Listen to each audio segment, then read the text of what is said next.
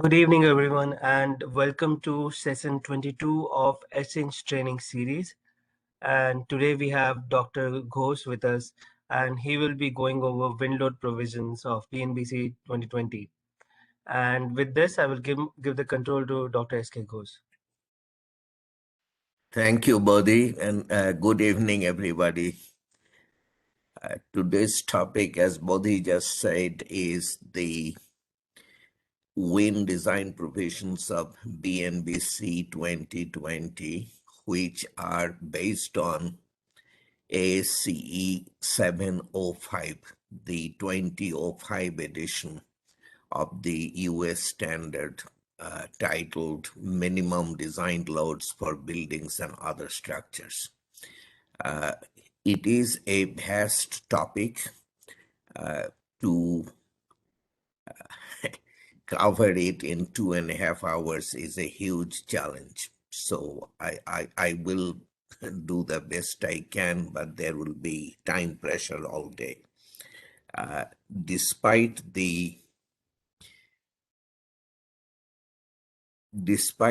time constraint, I would like to start basically from scratch. I think that makes for better understanding. I will not spend too much time on this front material, but I want to start here. So wind loading is the effect of the atmosphere passing by a stationary structure attached to the Earth's surface. All structures, maybe not all, but most structures are stationary. They are attached to the Earth's surface, and any structure we put up stands in the way of wind. So it obstructs the free flow of wind.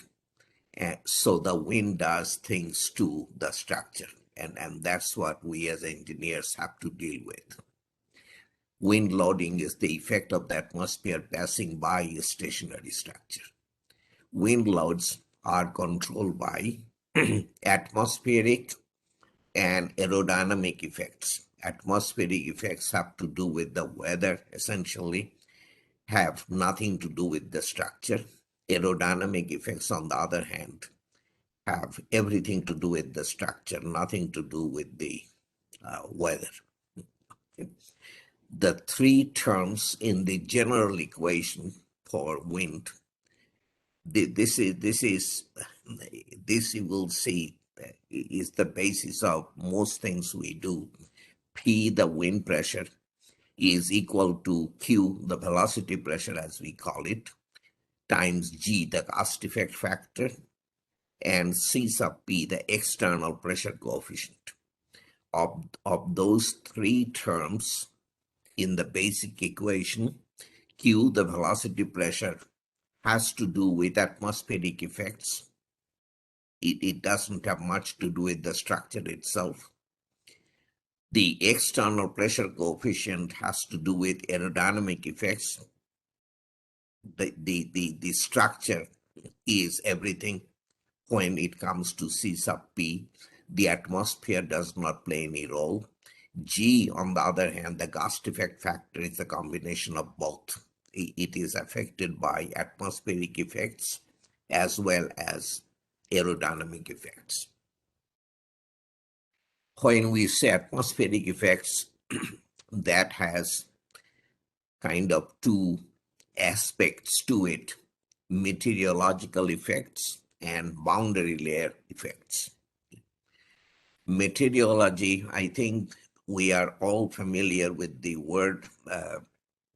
It has to do, so meteorology provides a description and explanation of the basic features of atmospheric flows. A discipline within meteorology called climatology deals with the prediction of storm conditions at a given geographic locations. So when we see the word climatology, it has to deal with the prediction of storm conditions at a given location. The climatological effects that we as engineers have to deal with in designing our structures properly are thunderstorms, tornadoes, cyclones, which in this part of the world are called hurricanes, and special regional effects. Those, like in mountainous areas, wind is modified by the topography, and that is something we have to deal with. So thunderstorms, tornadoes, cyclones, or hurricanes, and special regional effects. When we say thunderstorms, it means a variety of associated wind phenomena. It is kind of an umbrella that holds a lot of different storms. Predicted thunderstorm activity controls vast majority of US wind loads. That probably is not true in Bangladesh. I don't quite know, doesn't seem that way. But in the US, most of the US, the wind is dominated by thunderstorm activity. And because of that, that is the exception to that is the hurricane coastline, which is the eastern seaboard and the Gulf Coast, the Gulf of Mexico coast. Anyway, so because thunderstorm activity controls the vast majority of U.S. wind loads, most of the inland United States has very similar design wind speeds. That has always been the case. It is only on the hurricane coastline that you see different numbers, different wind speeds. Bangladesh has much more of a variation, as you will see. Design wind speeds do not include the effects of tornadoes. That has been true until in AC 722, things are going to change. Tornado is being brought into this, tornado design is being brought into the standard, but we obviously won't go there today. And AC 722 is barely out. The electronic version is out, printed version is not out yet. So it is brand new, not adopted by anybody, just developed. Design wind speeds do not include the effects of tornadoes. Probability of occurrence at a particular location, probability of occurrence of a tornado at a particular location is so low that tornadoes do not appear in the 50-year statistical storm data used to formulate the inland portion of the map. So you will see in subsequent discussions, we are dealing with 50-year return period wind speed in AC 705 and BNBC 2020. Tornadoes are localized in time and space. They typically hit a small area. Small is obviously relative. When a community is hit by a tornado, it doesn't look like a small area to the people in that community. But on a larger scale, if you compare to a cyclone, tornado is very localized. It cuts a narrow path. And it is also very localized in time. It hits and then it goes away. And the period is so small. I think the key thing is localized in time and space. It's very local, geographically, small area. The areas around them are unaffected, and it happens once in a while for brief periods, and it really is once in a while. The chances of a particular location being hit by more than one tornado is pretty remote. And because of all these reasons, in 50-year return period wind speed, tornadoes simply do not feature. They are too localized. Okay? So tornadoes have not been considered in developing the basic wind speed distributions. I think all of you have seen these pictures. These funnel clouds are very characteristic of tornadoes. And when they touch down, that's the word that is used, they can cause devastation locally. Locally, that's the all around. Not much will happen, but it cuts a narrow path along which there is pretty much total destruction. Hurricanes or cyclones, on the other hand, like earthquakes, happen in some parts of the world, do not happen in other parts of the world. And that is what is shown on this map. In the United States, uh, plenty of hurricanes on the east or Atlantic coast, but there are no hurricanes on the west coast, the Pacific coast. Down in Mexico on the Pacific coast, there are hurricanes, or if you go down to South America, there are hurricanes, but the west coast of the United States does not have hurricanes. Bangladesh is smack in the middle of um, Hurricane Alley, or cyclones, as they're called in the tropics. So it is a huge problem, as you know. I don't have to tell you. So hurricanes are, I don't want to say localized, but they happen some places, don't happen in other places. Bangladesh definitely is among the places where cyclones are common. Uh, we also have a hurricane season. They typically do not happen around the year, at least in this part of the world. That seems to be changing with climate change and everything, but typically the hurricane season has been from July to October, November, as you see on this figure. Okay? If you include hurricanes and tropical cyclones, then the season gets longer. But still, there is a season. There is a quiet part of the year when these big storms do not happen. In the Indian Ocean, north of the equator, tropical cyclones can form throughout the year on either side of India, although most frequently between April and June and between October and December. So that would be the cyclone season in Bangladesh, most frequently between April and June and between October and December. On the east side of India, obviously, is the Bay of Bengal. On the west side, it doesn't concern you, is the Arabian Sea. And, and both sides, there are cyclones.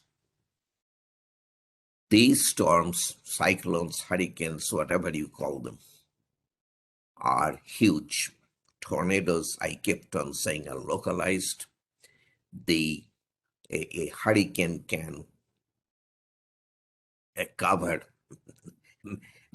sit over many square miles. Not all of them, but some of them are very large, and they move very slowly. Unlike tornadoes come and go. A hurricane can just sit there for days, or move extremely slowly, and as a result, a huge area can be affected by a hurricane or a cyclone. And these are problem storms in parts of the world where they can happen. They are very difficult to deal with in many ways. Obviously, when they hit the the human side, providing relief to people who have to evacuate their homes and things of that kind. But from a structural point of view, to design structures that will stand up is a major challenge. Bangladesh, the last cyclone of significant size, I believe, was the one on the 4th of May of 2019, Cyclone Fani, originated in Orissa. I don't know if it originated there, but that's where it gained strength and then came through West Bengal over. I don't know that it went right over Kolkata, but close to it, and then Bangladesh. But it spared Dhaka. It went to the northwest essentially, so there wasn't a whole lot of effect of the storm. But this was a significant storm in 2019, May of 2019. The building code enforcement project that we are doing for the World Bank. This is from the terms of reference of that project. And I thought that this is kind of relevant to our discussion today. In recent years, Bangladesh has reformed its approach to cyclone and flood risk management and preparedness, triggered by major loss of life and assets, notably during the cyclones of 1970 and 1991. The government of Bangladesh, civil society, and international development partners have demonstrated that investment in the systems and structures of flood risk management and cyclone preparedness saves lives, reduces economic loss, and protects development gains. As such, Bangladesh is cited often in the rationale for investment in disaster risk management activities globally. So Bangladesh has made significant gains and recognized gains in preparedness, essentially for cyclones. The design part, I don't know, it is explicitly included in that statement. Size and duration. So coming back to hurricanes or cyclones, the size and duration, the two things that we were talking about, that these huge storms cover a large geographic area and move very slowly. They sit there for a long time. Size and duration makes much higher probability of striking a given coastal location, unlike, again, tornadoes, localized in time and space. So the likelihood of a particular place being hit by a tornado is very low. Hurricanes are huge. They seem to stay there forever. And as a result, the chances of a community, coastal community, being hit by a cyclone are quite high. These cyclones control design wind speeds in cyclone-prone regions. No question, it's not thunderstorms anymore. The cyclones take over. Areas vulnerable to cyclones in Bangladesh, these areas include the Sundarbans, southern parts of Barishal and Patuakhali, Hatia, Bhola, eastern parts of Chittagong, and Cox's Bazar. I copied it from BNBC. I do not understand eastern parts of Chittagong. If you look at the map, I think it should be the western part of Chittagong that is on the Bay of Bengal coast.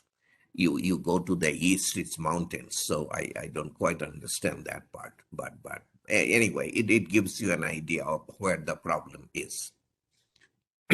Southern Bengal, and then the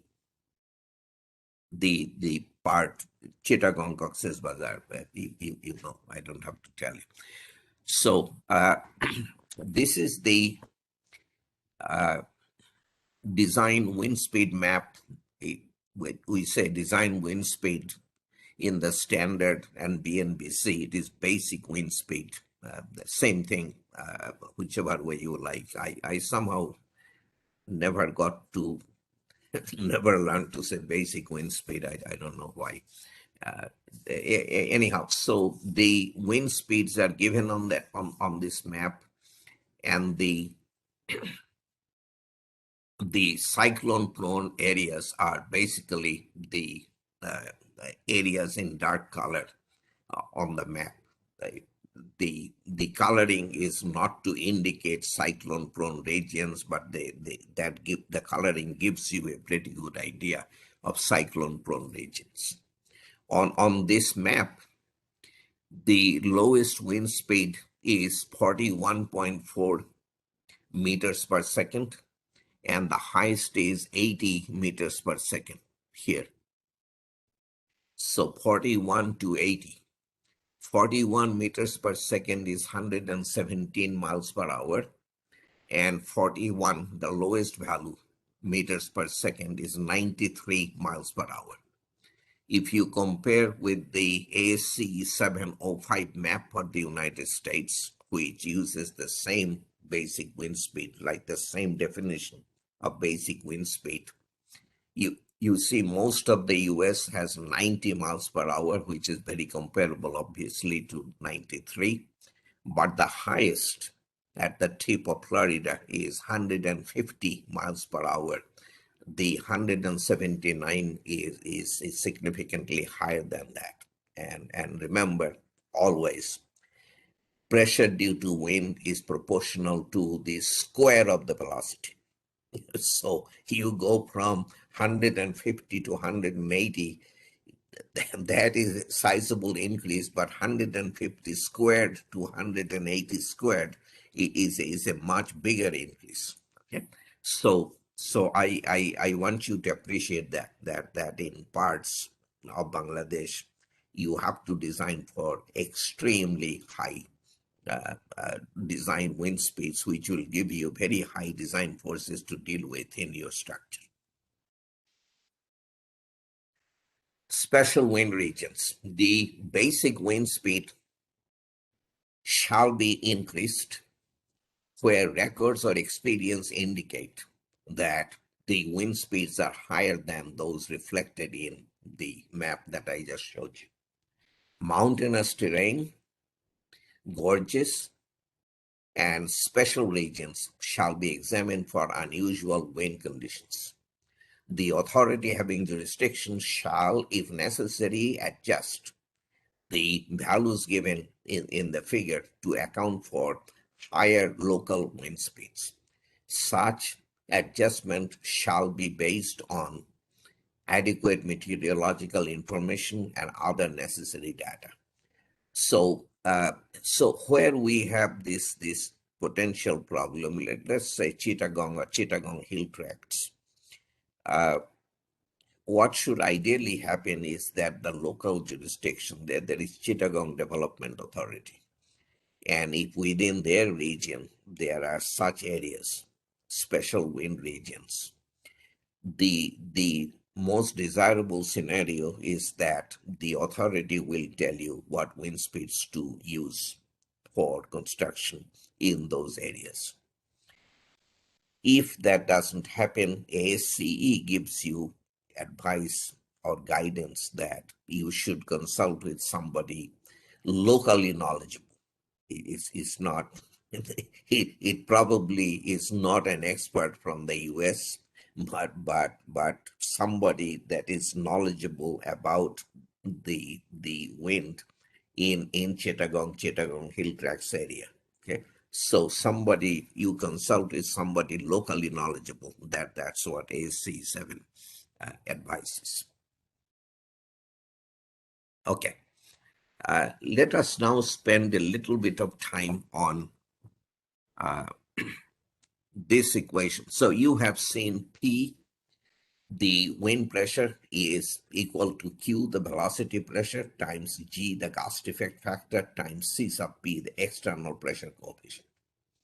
The Q the velocity pressure at a height z above ground level. We say z feet, here it is z meters, I don't know. Anyway, so Q at a height z above ground level is essentially, essentially 1/2 rho v squared. From this is from basic physics. 1/2 the density of the air multiplied by the wind velocity squared. The half the density of air in metric units, SI units, is this 00613.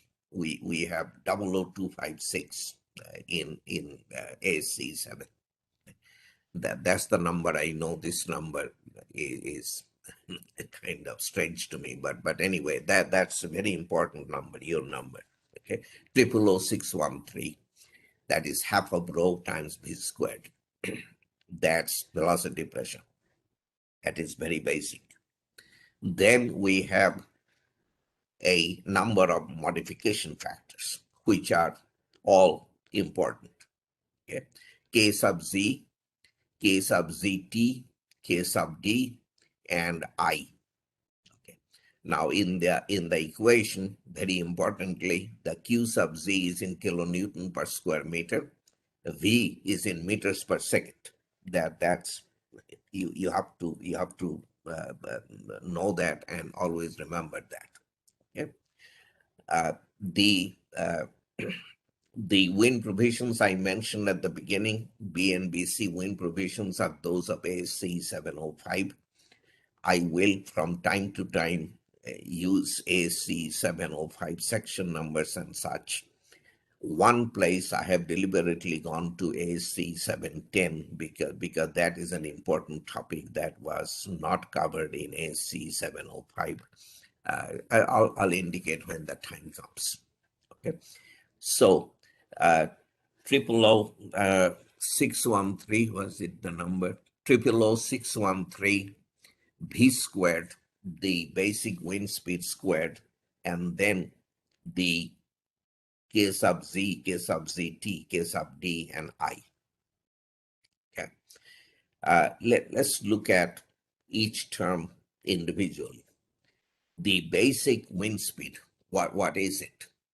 It is 3-second gust speed, and I will define that later. It is wind velocity changes from one instant to the next. It is never constant over any significant period of time. So in design, we have no choice but to use some kind of an average wind velocity. 3-second gust speed uses 3 seconds as the averaging time. So this is wind speed averaged over 3 seconds.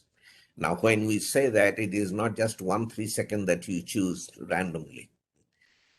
The agencies like NOAA, the National Oceanic and Atmospheric Administration, have well, they take wind speed average over 1 3-second period, then the next 3-second period, then the next 3-second period. This process goes on for a year or longer. And then they take the highest 3-second average as the 3-second gust speed. Okay. Bangladesh, the process that was gone through, I don't quite know, but it will be something similar. The Meteorological Survey of Bangladesh must have done something very similar. Okay. So 3-second gust speed. There are other averaging times that have been used in the past and are used in other parts of the world, like Australia has a different averaging time, but 3-second gust speed has been used in the US since ASC 798. 10 wind velocity changes from 0 at the surface of the earth to whatever values it increases as we go up. Okay. So you have to specify at which height above ground level you are looking at your velocity. So that distance is 10 meters. When we say basic wind speed, it is 3-second gust speed and at 10 meters above the ground. And then the other thing we have to specify is the roughness of the ground. Is it smooth? Is it rough? Is it very rough? And that's where this exposure B comes in. Okay. There used to be exposures A, B, C, D. As you went from A to B to C to D, it became smoother and smoother. A was the roughest, centers of big cities and so forth. Then many years ago, exposure A was deleted from AC7. So since then, we have had B exposures B, C, and D. BNBC has renamed them A, B, and C. So what is B in AC7 is exposure A in BNBC. What is C in AC7 is B in BNBC, and what is D in AC7 is C in BNBC. That has caused me personally a lot of confusion. I find it very difficult to we are so used to exposure C being the default exposure and so forth, uh, to kind of keep in mind that C is now B is kind of difficult. But as because of that, I have always kept the I have the AC7 designation crossed out, and then the BNBC designation underlined. So at least I know what exposure we are talking about. Okay, so uh, V is 3-second gust speed at 10 meters above ground of exposure B. That is uh, uh, essentially suburban exposure. Okay, it's neither very smooth nor very rough. Yeah. And so, in addition to the three things, it is associated with a return period of 50 years. Okay, 50-year return period wind speed, as I said. So when you see the capital V in BNBC, it indicates all of that. It is 3-second gust speed at 10 meters above ground of exposure B, associated with a return period of 50 years. The now So that definition of basic wind speed, that it is at 10 meters above ground of exposure B, that tells you that we need to be able to modify it. We we cannot do engineering if we are able to calculate wind speed only at 10 meters above ground of exposure B. What if we need wind speed at 20 meters above ground of exposure C? How do we do that? Okay, that's where K sub Z comes in. K sub Z takes us from the basic wind speed, which is at 10 meters above ground of exposure B, to wind speed at any height above ground of any exposure. It's the combined height and exposure coefficient. Okay, K sub Z, extremely important. And this is where the boundary layer effects come in. Atmospheric boundary layer is the layer of turbulent air in contact with Earth's surface. It is the first kilometer or so of the atmosphere. That's the atmospheric boundary layer, the first kilometer closest to the starting from the surface of the Earth. All buildings exist in this layer. We have not yet constructed a building more than a kilometer tall. Above this layer, wind speed is essentially constant with height. I don't know that it is constant, but essentially constant. Now, in the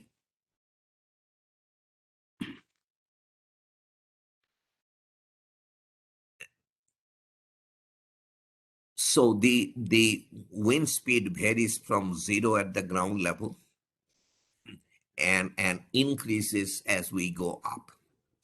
How quickly it increases depends upon the roughness of the ground. What used to be exposure A of ASC 7 years ago, centers of large cities, gave us the steepest rise. B and BC exposure A, you have a fairly steep rise. B, it is flatter. C, wind coming over a large body of water, you have the flattest rise. Okay.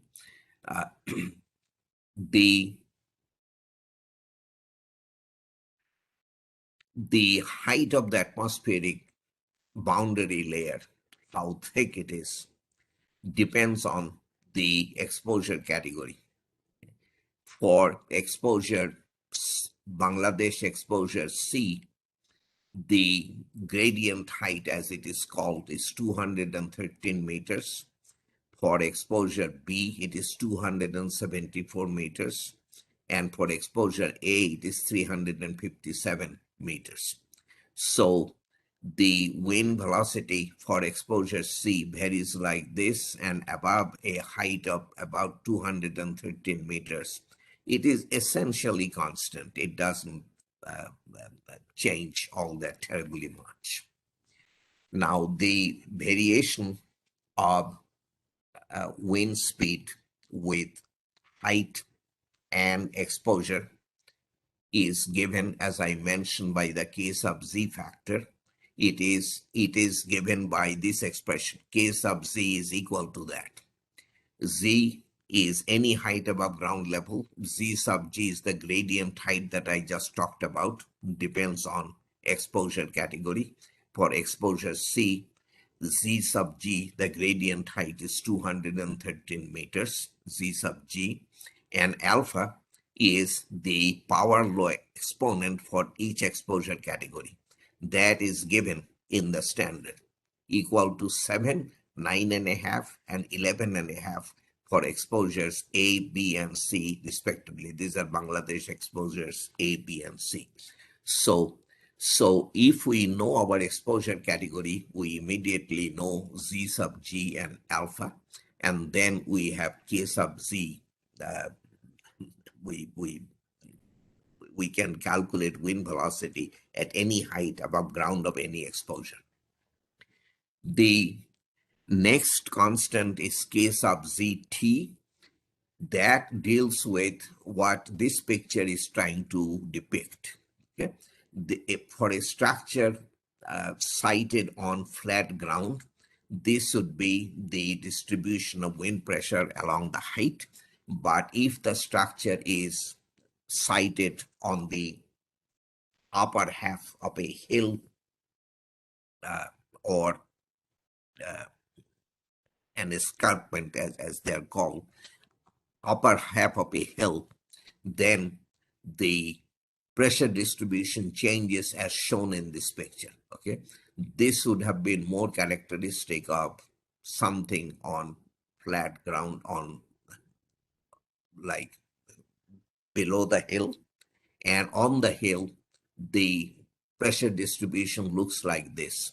We have to account for this fact for structures located on the upper half of a hill, and that is done through the K sub ZT factor. Of all the factors, that is kind of the most complicated. I will show you the details, but I probably will not have time to go into the details. K sub D, I discussed with you yesterday. K sub D deals with the fact that, at any location, if you keep records for a good length of time, you will see that there are predominant wind directions. At whatever locations, they say the northwest wind and the southwest wind are both very strong. Any other direction, wind is weaker. Now, when we are designing a building, we are not probably going to design for the northwest wind because, as I mentioned yesterday, wind direction, like velocity, changes from one instant to the next. So wind can be along the northwest direction instantaneously, but the very next instant the wind direction will have changed and it will no longer be along that most critical direction. So the directionality factor was devised to take this into account. It is 0.85 for all buildings. And this was introduced in ASC 798.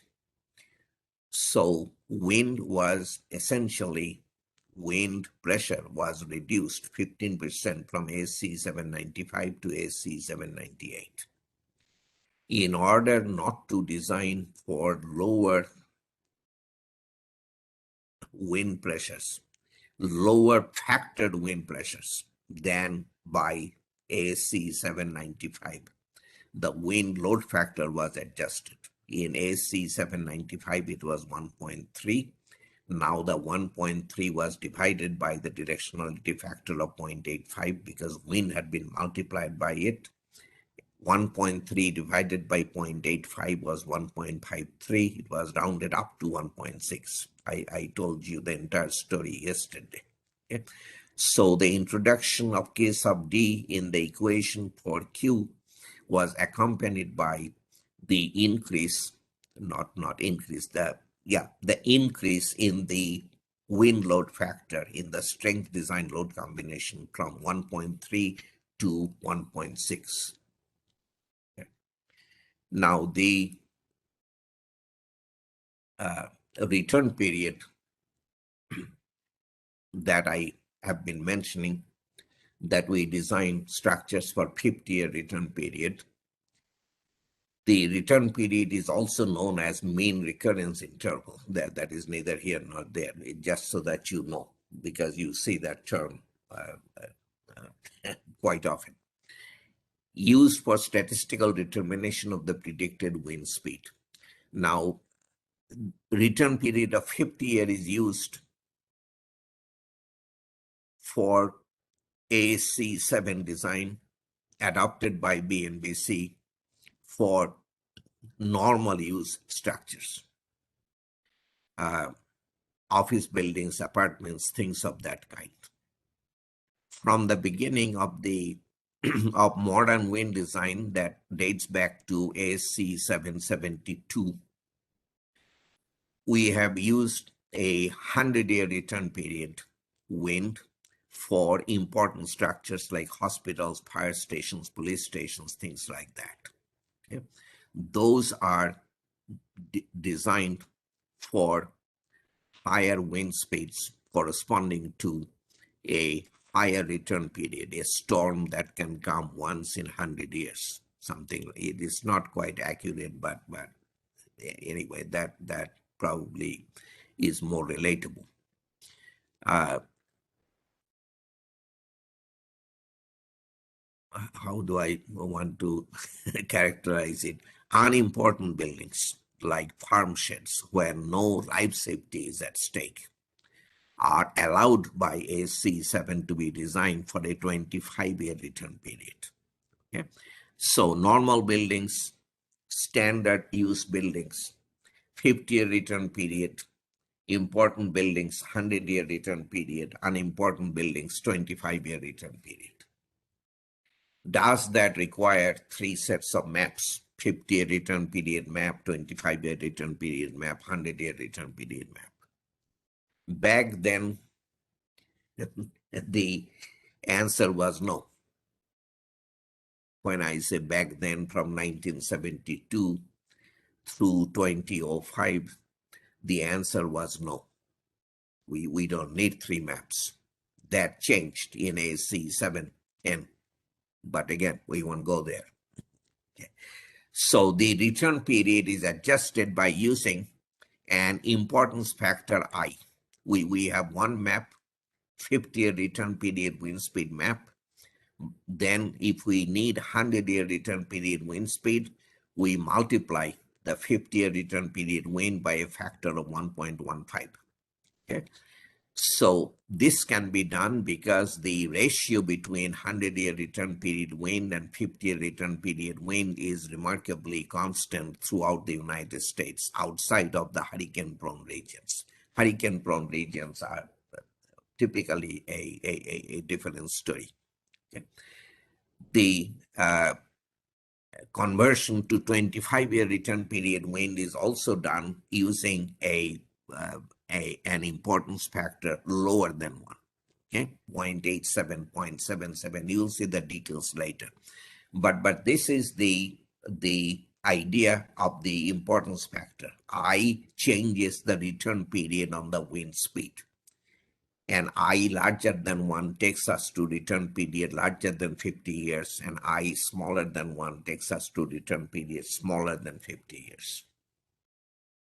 Okay, so by now we have taken a look at all the components of the velocity pressure Q. Now we come to the wind pressure P, which is Q times G times C sub P. Okay. Now we will discuss the gust factor G. That factor has to do with rapid fluctuation of wind. That's what gust is, a rapid fluctuation. Ordinary structures are sensitive to peak gusts of about 1 second duration. This is something we have learned from a lot of experience. Ordinary structures are sensitive to peak gusts of about 1 second duration. Flexible structures are more sensitive, rigid structures are less sensitive. Use of fastest mile wind in design is inadequate. So before we switch to 3-second gust speed in ASC 798, the design basis in the United States was fastest mile wind speed. Back then, the averaging time, when we use fastest mile wind speed, the averaging time varies between 30 and 60 seconds. You should compare that to 3 seconds for the 3-second gust speed. So it was a much longer averaging time. The shorter the averaging time, the higher the average wind speed.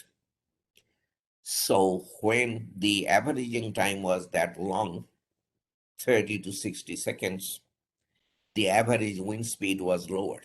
I told you a short time ago in ASC 705, most of the United States has basic wind speed of 90 miles per hour. That number back then, when we used to use fastest mile wind speed, was 70 miles per hour, to give you an idea. Okay.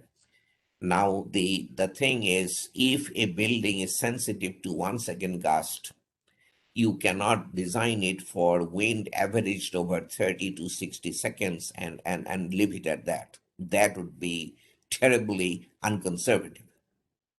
So we had to bring the average wind speed up by multiplying with a gust effect factor.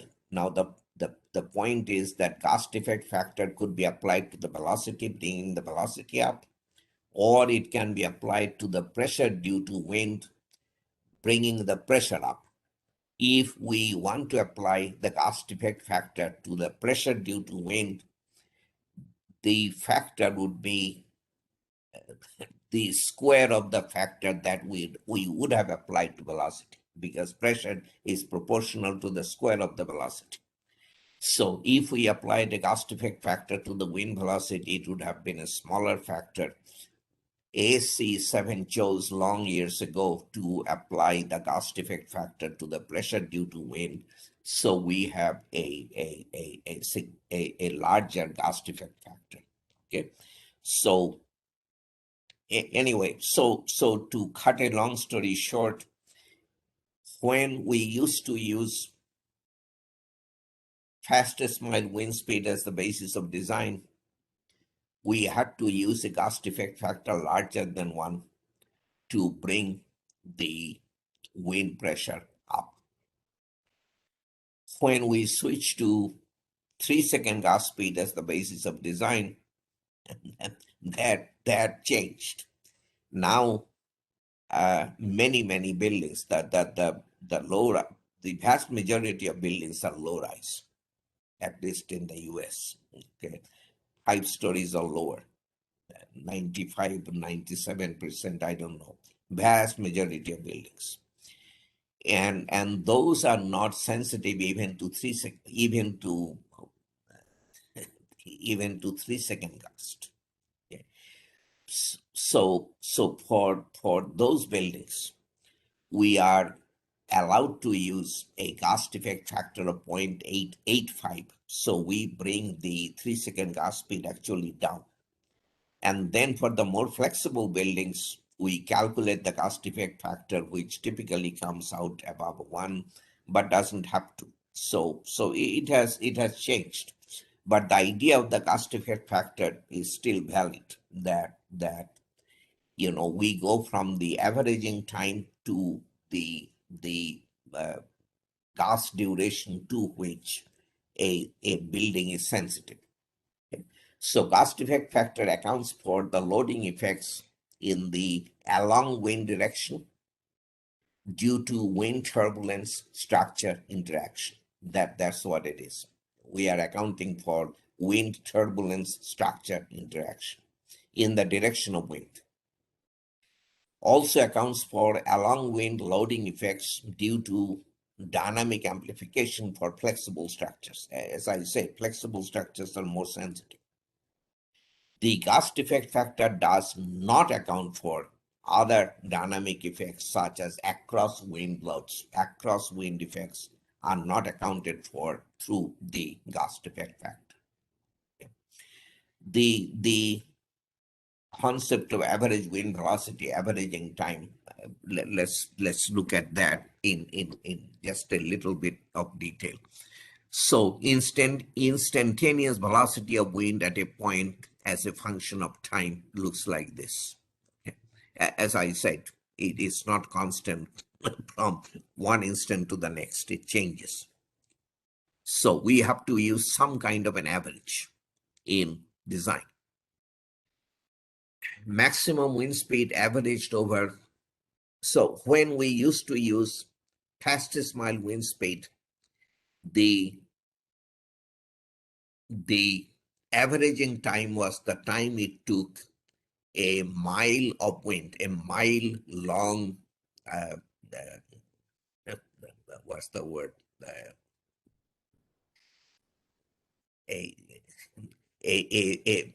The time it took for a mile length of wind to pass through the measuring instrument called the anemometer. So the time it took for 1 mile of wind to pass through the measuring instrument. If the wind speed was 60 miles per hour, that time was 60 seconds, 3,600 seconds in an hour divided by 60 miles per hour. 60 seconds is the time a mile of wind would take to go through the instrument. If the wind speed was 120 miles per hour, it would take the wind a mile of wind only 30 seconds to go through the instrument. And since wind velocity is typically in that range of 60 to 120 miles per hour, our averaging time was between 30 and 60 seconds. In AC7, I kept on saying 98. This switch was made in 95. The switch to 3-second gas speed. So in AC 795 onwards, we have used 3-second gas speed as the basis of design. The averaging time is down from the variable 30 to 60 seconds to a fixed 3 seconds. Okay, that's what we have used since 95 for a long time. Fastest mile wind speed people generally have forgotten. Now this slide tells you what I told you already, that the shorter the averaging time, the higher the average wind speed. On this slide, on the x-axis is the averaging time, t. On the y-axis, it is the wind speed averaged over t seconds divided by wind speed averaged over an hour, 3,600 seconds. Okay, so this figure tells you 1 second gust speed is 155% of 1 hour wind speed averaged over 1 hour, 155% of that. Okay, the averaging time goes down from an hour to 1 second. The average wind speed goes up by 55%. 3 second gust speed, this is 1, 2, 3. 3 second gust speed is something like 150% of hourly wind speed. Okay, so that gives you a little bit of a feel about what we are dealing with. Now, gust effect factor. Starting with AC 795, again, I said 98, but 95 is when we switch to 3 second gust speed. So 95. Starting with when we adopted 3 second gust speed as the basis of design, G, as I told you, may be taken as 0.85 for all rigid buildings, and rigid versus flexible I will define fairly soon. G must be calculated for flexible buildings. This calculation is a major pain. There are, I think, 13 equations involved. The equations get uglier as you go. And I once did it by hand just to see how much trouble it was. And it took me an hour and a half of hard labor to calculate that one number. And I still remember after the hour and a half, my number was 0.87. So I had a flexible building by definition of AC7, had to calculate gust effect factor, calculated it, and felt, I don't know, felt pretty terrible that hour and a half of labor had taken me from a gust effect factor of 0.85 to 0.87. So something is not quite right about the calculation of gust effect factor, but we have had the same thing for years and years. No discussion of any change. I have seen that when you calculate gust effect factor less than 1 is not that terribly uncommon. I don't know enough to tell you why. They definitely are sometimes larger than 1, as you would expect. But if you calculate gust effect factors of 2, 3, 4 numbers like that, then AC7 tells you in the commentary, you should go for, you should abandon this analytical approach and go for either sophisticated wind analysis, which basically cannot be done, or wind tunnel testing. So keep that in mind. Okay? G is included in it. So for low-rise flexible buildings, and I will define flexible buildings, I'll define low-rise. For low-rise flexible buildings, there is a slightly different or specialized design approach. And in that, G and C sub P are lumped together and given to us in a lumped together fashion. We do not have separate G and C sub P values given. Okay, so rigid versus flexible. In very simple terms, we all understand, I think, period. All engineers understand period. Period is the time it takes for a body, let's say pendulum. Okay, you swing the pendulum. the time it takes for it to go from a position of rest to an extreme position to the right, to an extreme position to the left, and come back to rest. That time is the period. Okay. So when a body is uh, given a disturbance, when it is disturbed, there is a better word that doesn't come to me. Anyway, the time it takes for it to go from a position of rest to an extreme position to the right, to an extreme position to the left, and come back to rest is the period. Now, when the period of a structure is less than or equal to 1 second, it is a rigid building or structure. Okay, less than or 1 second is rigid.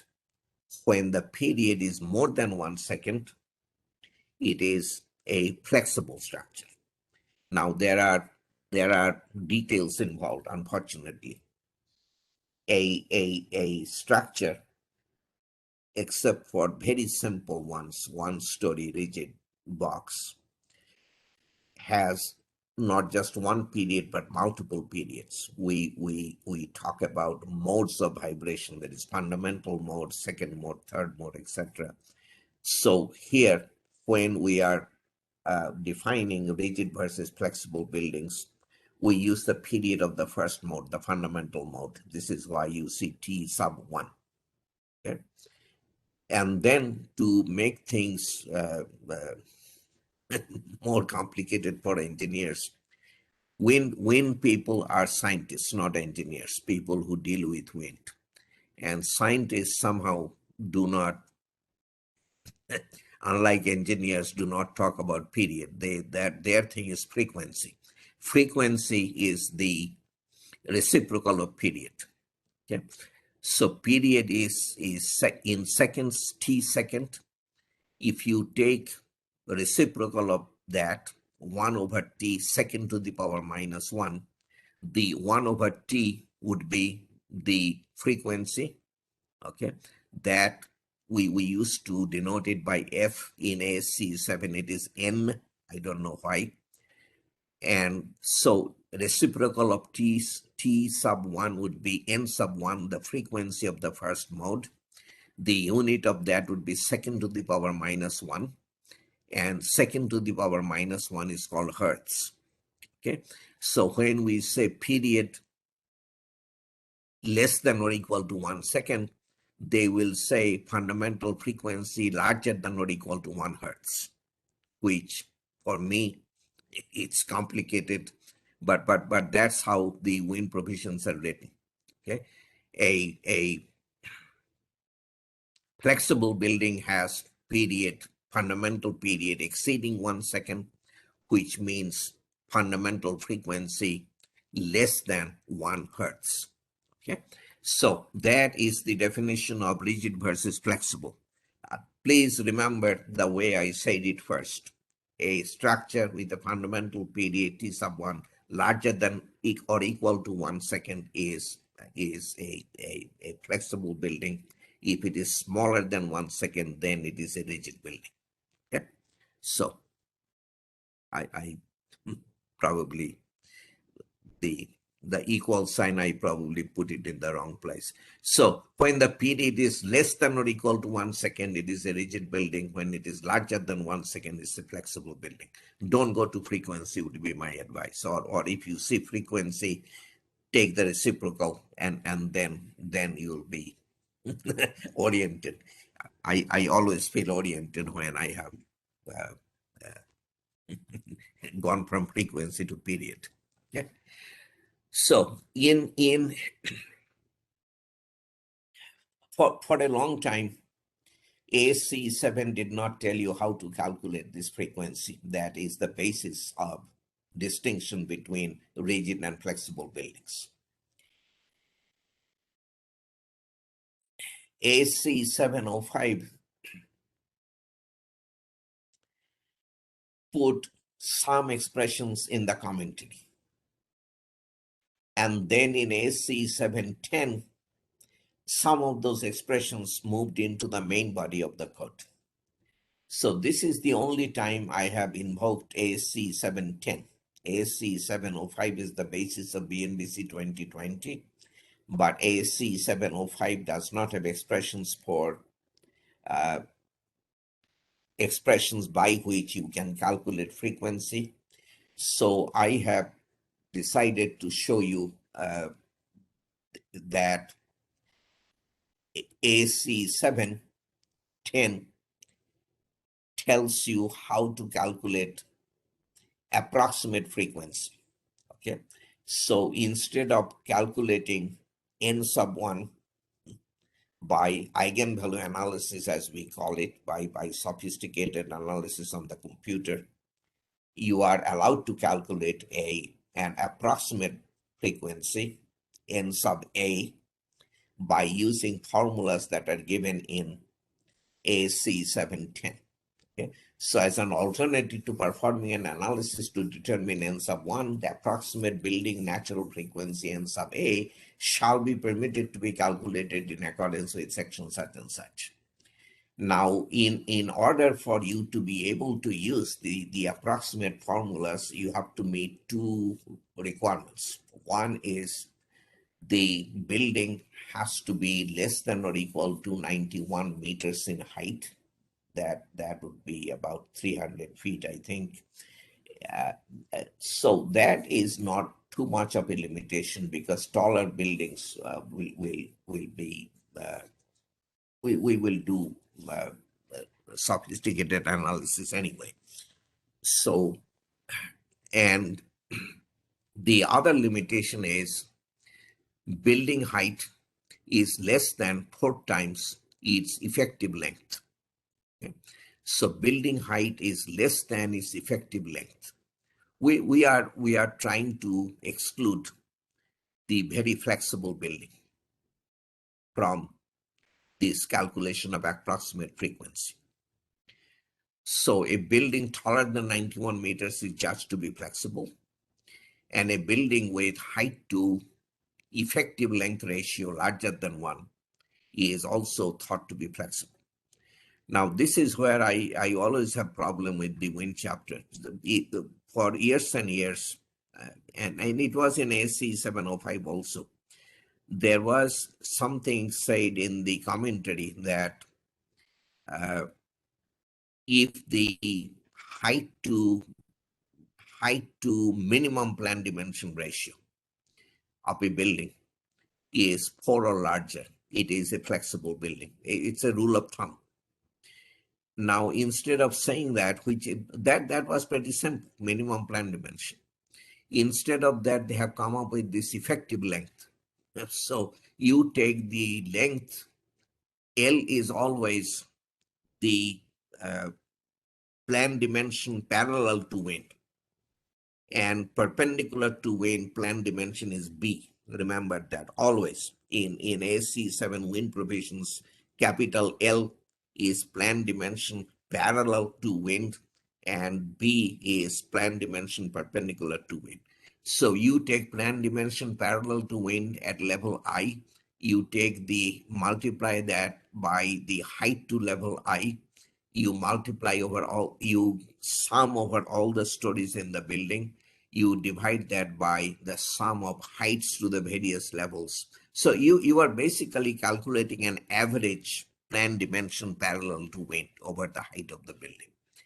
I don't know why that complication was necessary. We could just say, building height to minimum plan dimension ratio, something like that.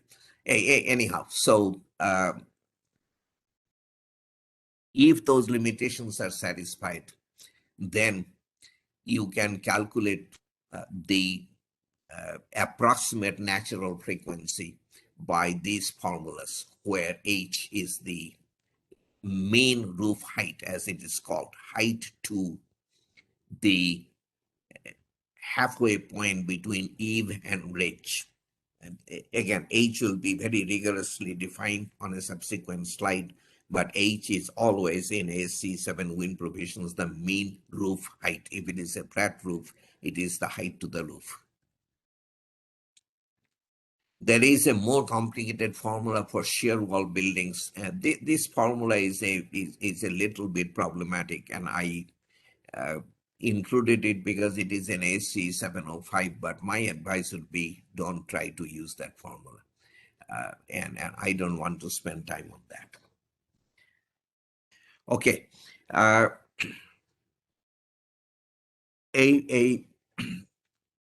little more basic stuff before we go into the wind design methods. There are three methods of wind design in ASC 705, method 1, method 2, method 3, as you will see. But I don't feel that we should go there before fully understanding the basics that we are dealing with. So this is wind flow around a building. As I said, any building that you put up stands in the way of wind. So the wind has no choice but to hit the building and to go around the building. Okay. So on the this is called the windward face of the building. This is so the direction of wind, as you see, is from left to right. This is the windward face. This is the leeward face, and this is the windward roof. This is the leeward roof, and the other two faces are the side faces. This is the terminology we typically use. Okay. On the windward face, the wind pressure is positive, meaning it is above ambient. Ambient pressure is the pressure that would have existed if the building were not there. When we put up the building on the windward face of the building, we have positive pressure above ambient. Okay. Everywhere else, on the leeward face, on the side faces, on the roof, we have suction, we have negative pressure, we have pressure below ambient. That is something you have to you need to understand. On the leeward roof, we can have pressure rather than suction. If it is a long leeward roof, then it is possible that after a while you will have pressure on the leeward roof. But most of the time, except on the windward face, we will have suction on all the other faces, including windward roof and leeward roof. And this is shown in this picture. This is schematic, but a very good picture. Okay. So this is the pressure variation on the windward face. This is suction on the windward roof. This is suction on the leeward roof. This is suction on the leeward face. The suctions on the side faces are not shown in the picture. Near the center of the windward face, there is a point called stagnation point where the pressure due to wind is the highest of any point on the surface of the building. And that pressure is called the stagnation pressure. Okay. So note this: for many practical geometries that are built,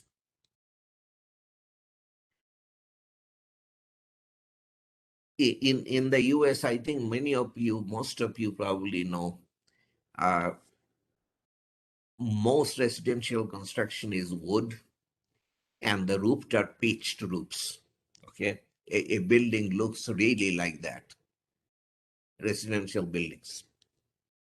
And at that corner, look at the suction. Huge suctions develop at that corner of the windward face and the windward roof. And unless the roof is held down sufficiently, the roof is sucked up by the wind. And when that happens, the wall doesn't have lateral support. It comes down. This is the mode of failure that we have seen in after every serious wind event. And so the basic points that I'm trying to make is that the roof has to be held down to the building, and very importantly, the building has to be held down to the foundation. That I have found missing. After hurricanes, I really with my own eyes have seen whole buildings uprooted from where, sucked up from where it was, and deposited, several, a couple 100 years away. That's because the anchor bolts are flimsy or non-existent. The bolts that anchored the building to the foundation. Now, in concrete construction, none of this can happen, obviously. You don't have, a wood structure anchored to a foundation. But still, I mean, there are non-building structures, there are tanks, there are things that are attached by anchor bolts, and you have to be aware of this huge suction that wind imposes. Okay, this is kind of physics, if you like. The pressure due to wind, not pressure due to wind, the stagnation pressure that I was talking about is ambient pressure plus rho v squared by 2, rho being the air density, kilogram second square by meter cube, meter to the power. The units you will have to figure out because it is metric. I prefer not to go there. Okay, the pressure above ambient, which is P sub S prime on this slide, is then rho v squared over 2. Okay. The pressure coefficient C sub P that we are talking about is pressure above ambient P prime divided by half rho v squared. Okay. So when we say pressure coefficient, that's what we mean. Pressure at any point. This P prime is what we typically refer to as pressure, wind pressure, pressure above ambient. So it is wind pressure at any point divided by the stagnation pressure, 1/2 rho v squared. So at the stagnation point, it is equal to 1. As you move away from the stagnation point on the windward face, the numbers decrease as shown in the picture. Okay. On the leeward face, it is suction. You look at the numbers. On the side faces, it is suction. You look at the numbers. On the roof, it is a flat roof. It is suction, and you again look at the numbers. This very simple picture gives you a very, very good idea of what happens to a building when wind blows on it. Okay. On the windward face, we have pressure. On every other face, we have suction. The pressure varies as shown in the picture. And I will tell you, as complicated and sophisticated our wind design is, we still do not account for this point by point variation of wind. The entire windward face is designed for a C sub P of plus 0.8, one value. Okay, that's where we are at, as you will see on subsequent slides. Okay. So we are back to the basic equation. P is equal to Q G C sub P, except we know quite a bit about the terms now. We discussed Q early on. We discussed G. We now discuss C sub P. Okay. The next thing, maybe this is a good time for a break, like yesterday about this. Yeah. So 24. So 29 after, in 5 minutes, if you please come back, I'll start 29 after the hour. Okay. Thank Thank you, Dr. Ghosh. you.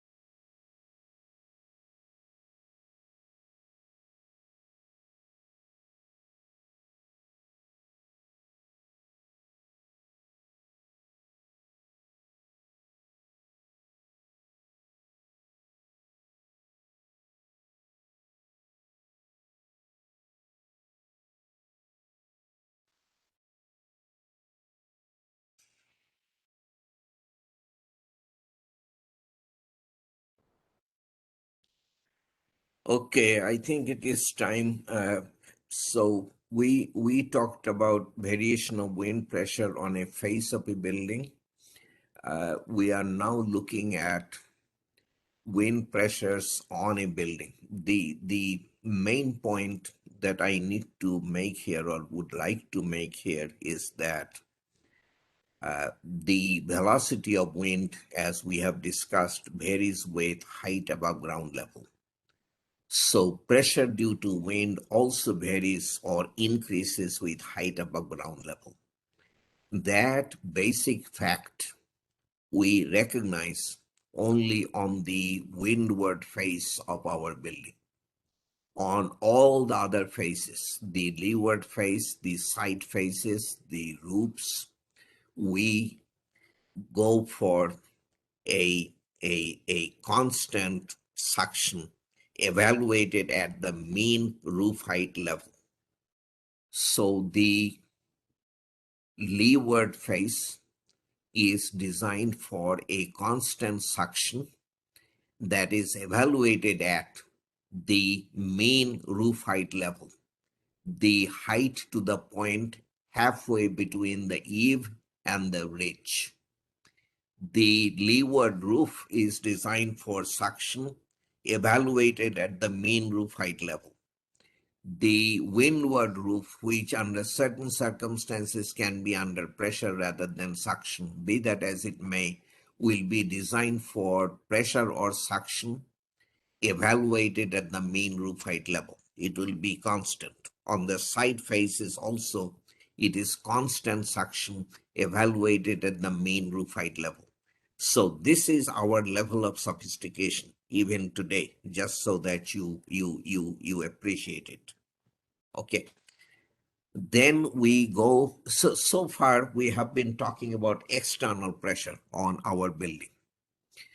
There are circumstances when we have to, so when we are designing an entire building, that is typically our concern, the external pressure due to wind.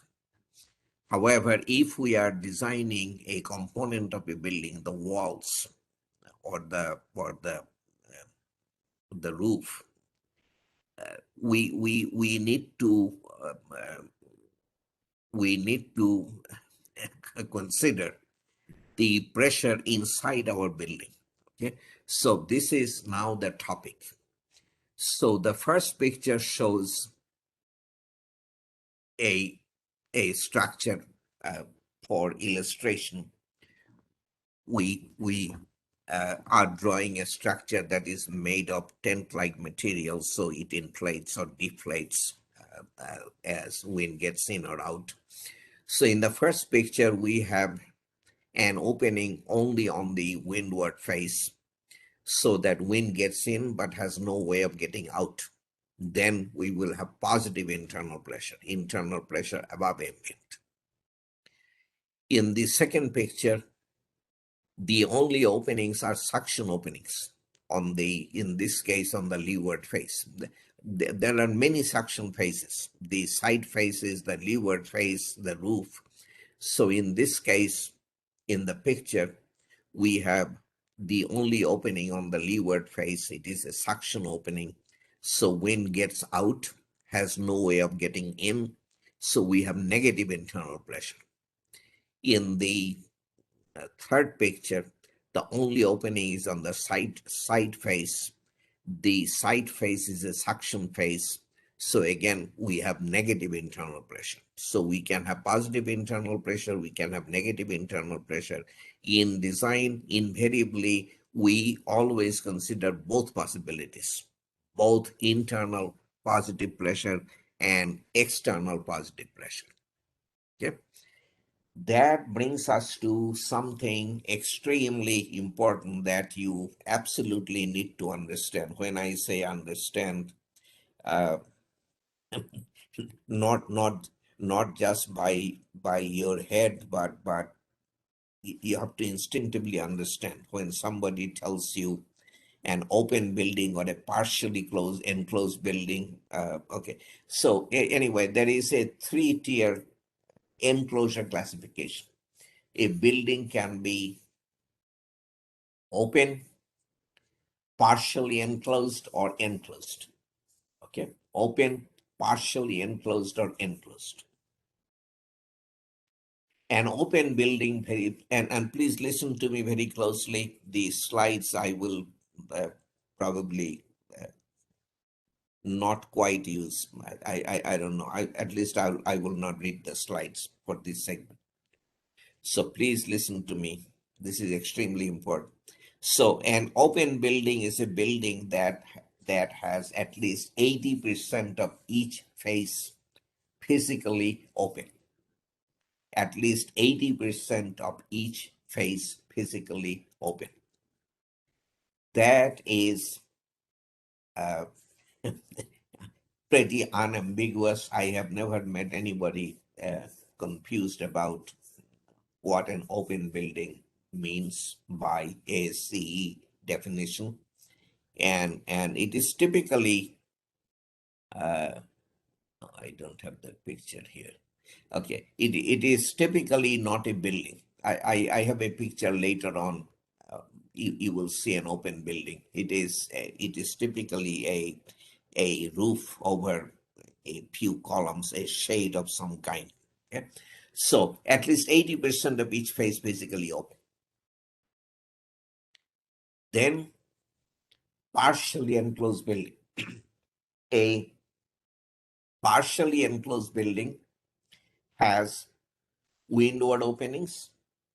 It has suction openings, but windward openings predominate so that more wind gets in than can get out, so that we have positive internal pressure build up. That is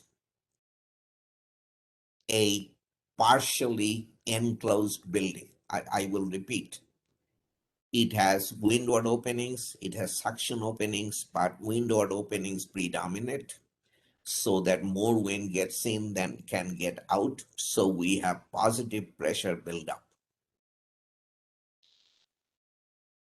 If a building is not partially open by this definition, then the only two possibilities are that it is open or enclosed. Open building, we have seen, is a building that has 80% of each face basically open. So if a building is not partially enclosed by the definition I just gave you, and if it does not have 80% of each face physically open, then it is an enclosed building. By this definition, most buildings we design come out to be enclosed. The parking structures that we see with all the openings that we are familiar with turn out to be enclosed buildings by ASCE 7 definition. So when we say enclosed building in ASCE 7 wind design provisions, it does not mean a jailhouse without openings on all the faces. It simply means it is a building that does not meet the definitions for an enclosed building or a partially enclosed building or an open building. Okay? So an enclosed building is defined by default. It is not directly defined. So that's as I said, extremely important. I think this is the best way I know how to define, and the technical definitions you will see later. There are technical definitions that translate what I tried to describe for you. Okay. So for buildings with external and internal pressure, the pressure due to wind P is QGC sub P, the external pressure term that we have seen, minus internal pressure QIGC sub PI. Q sub I is velocity pressure calculated for internal pressure. Most applications we take Q sub I equal to Q sub H, the velocity pressure evaluated at the mean roof height level. You have to read up ASCE 7, that is not always permitted, but most applications, that's what we do. Q sub I equal to Q sub H. And remember, G times C sub Pi is taken positive as well as negative. So in this picture, the internal pressure is positive. It is going towards the surfaces. So on the roof, we have suction and we have internal pressure. So the net of the two, the external pressure minus the internal pressure, is suction of 1.8. Okay. The internal pressure adds to the external suction. If we are designing this roof, then that's what we have to design for. The 1.8 suction. This is negative internal pressure. Now the net is 1.2 plus 0.3, which is negative 0.9. So this is not the more critical case. But as far as this wall goes, this is more critical. This is plus 7. This is negative 3. So the net is 1.0. Negative pressure gives you 1.0. Positive pressure gives you a net of 0.1. So in this case, anyway, the two pictures are pretty graphic. You will see how the external pressure minus internal pressure, what that comes to, depending upon the direction of internal pressure. Now, there is throughout ASCE 7 BNBC distinction between main wind force resisting system and components and cladding.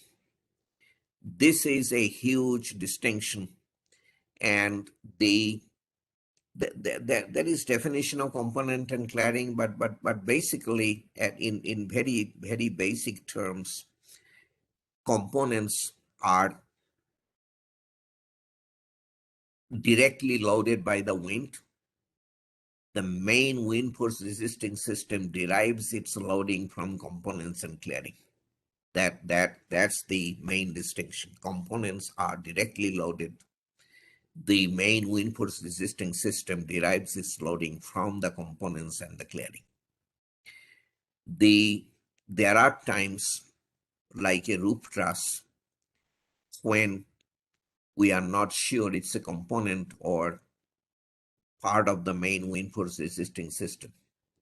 In those cases, the best advice is treat it as a component, treat it as a main wind force resisting system. Whichever way you get higher wind pressures to design for is the way to go. Okay, so now for components and cladding, the pressure coefficients that we are given in ASCE 7 are area-based values. They consider, you will see, it will be apparent as I go. For component and cladding elements, the effective area, this is very important in dealing with components and cladding. There is something called effective area defined, which is equal to the span length, okay, like this purlin. We'll take the span length, multiply that by an effective width that need not be any less than 1/3 the span length. This is how it has always been phrased. Need not be less than 1/3 the span length. So effective area is like tributary area, but not quite the same. It is the span length multiplied by an effective width that need not be taken any less than 1/3 the span length. Okay. The larger the effective area, the lower the pressure on component and cladding. When I say pressure, it includes suction. It's typically suction. Okay. For cladding fasteners, effective area is the tributary area of the fastener. That's kind of important. Okay. A bolt or a screw, when you design those, the effective area is the tributary area. Then BNBC as in ASC 7 has minimum design wind loading. No matter what you calculate, these are additional load cases. Okay, so on the vertical projection of the wall, it is 10 pounds per square foot, which is half a kilonewton per square meter.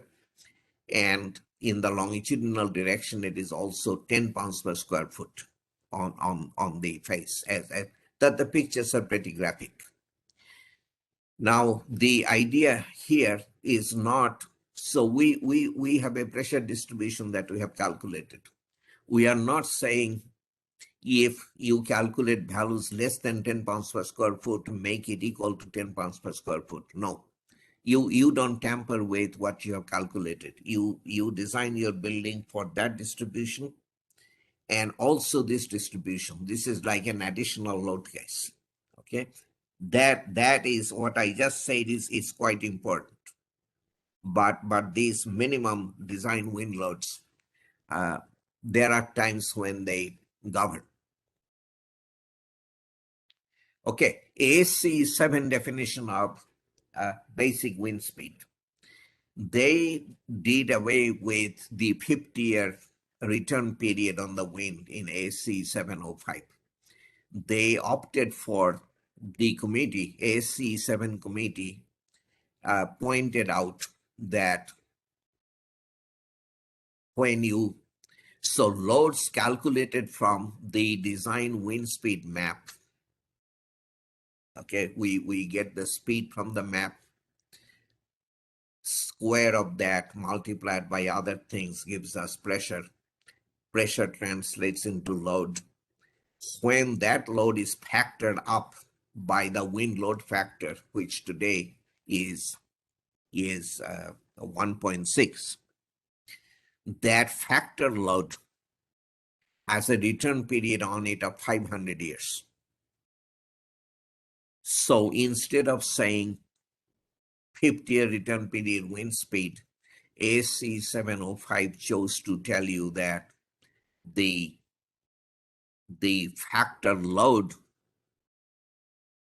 that we are designing for under ASC 705 had a 500-year return period on it. Okay, so this is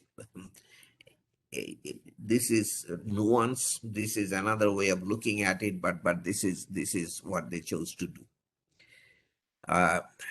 On the hurricane coastline, to maintain the 500-year return period on the factor load, the return period on the wind speed had to be higher than 50 years.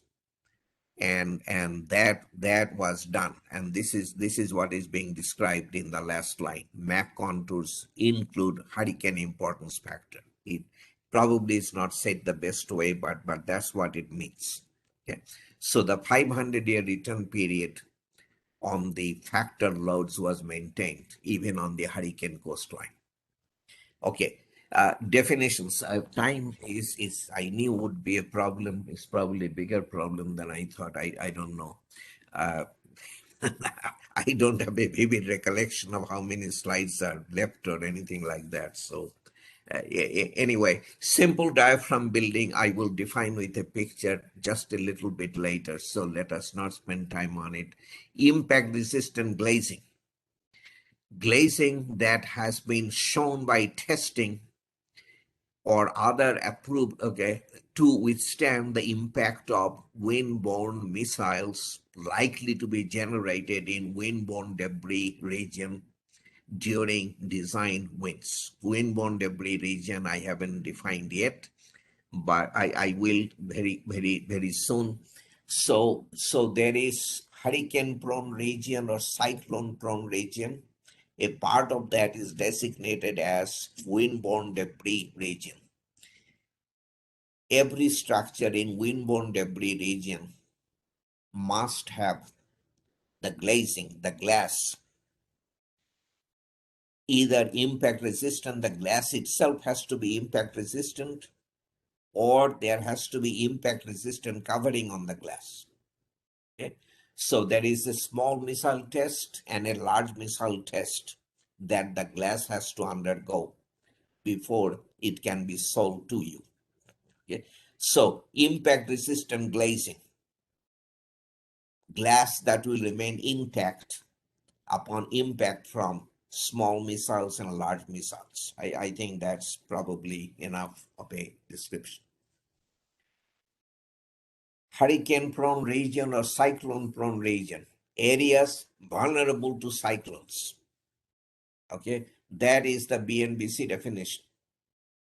In Bangladesh, these areas include the Sundarbans. You have seen this before, southern parts of Borishal and Patuakhali, Hatia, Bhola, eastern parts of Chittagong and Cox's Bazar.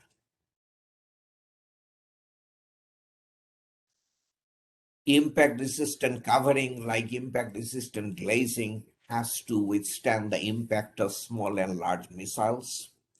Mean roof height, H, is the average of the, okay, I have a picture. So mean roof height, as I kept on saying, is the height to the halfway point between the eave and the ridge, which will make it equal to the average of A and B. Okay? But there is a major twist to it. If the roof angle is less than or equal to 10 degrees, which is quite often the case, we take the eave height as the mean roof height. Okay, so that is something you have to catch on to in AC7 design. For flattish roofs, theta less than or equal to 10 degrees, the eave height is taken as the mean roof height. Opening, this is extremely important definition. I cannot overemphasize this. Apertures or holes in the building envelope which allow air to flow through the building envelope, and which are, this is the important part, which are designed as open during design winds as defined by these provisions. So an opening, let's take a door or a window. Is it an operable door or a window? Is it an opening or is it an enclosure? So this is saying that an operable window is an opening if it is going to remain open in the design wind event. And AC7, or I don't know where, but the way it is practiced, I can assure you, is an operable, well, windows we always assume open, the openings, there is no question in design. The doors we also take as openings unless there is a crew in place, instructions in place, making sure that the door will in fact be closed at the approach of a store. So this becomes very important. You take a hangar or a automobile repair shop, those roll down doors, those are huge openings. If they're treated as openings, can change the enclosure classification of the building. Are they openings? Are they enclosures? So you have to treat them as openings unless there is a crew in place and instructions in place to make sure that a roll down door will in fact be closed at the approach of a store. Okay, otherwise they're openings. Windborne debris region.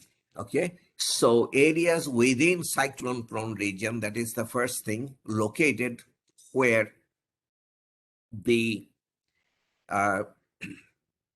the design wind speed is more than 200 kilometers per hour, or if you're within 1 mile of the coast, then 180 kilometers per hour will put you in a windborne debris region.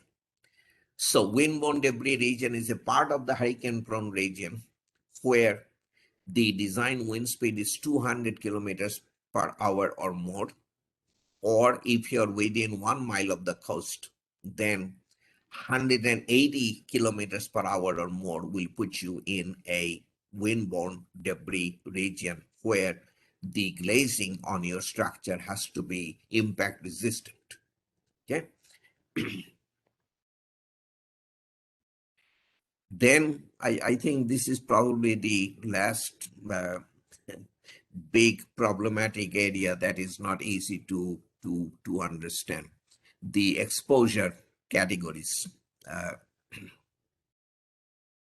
We have B, C, and D. Anyway, let us look at this.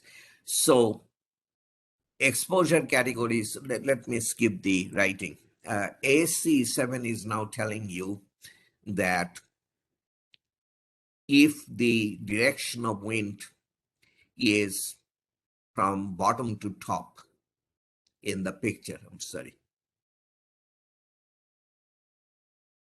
then you will consider segments 1 and 8 and look at the roughness of the terrain, and whichever segment has the rougher terrain will give you the roughness category, not the exposure category for that direction of wind.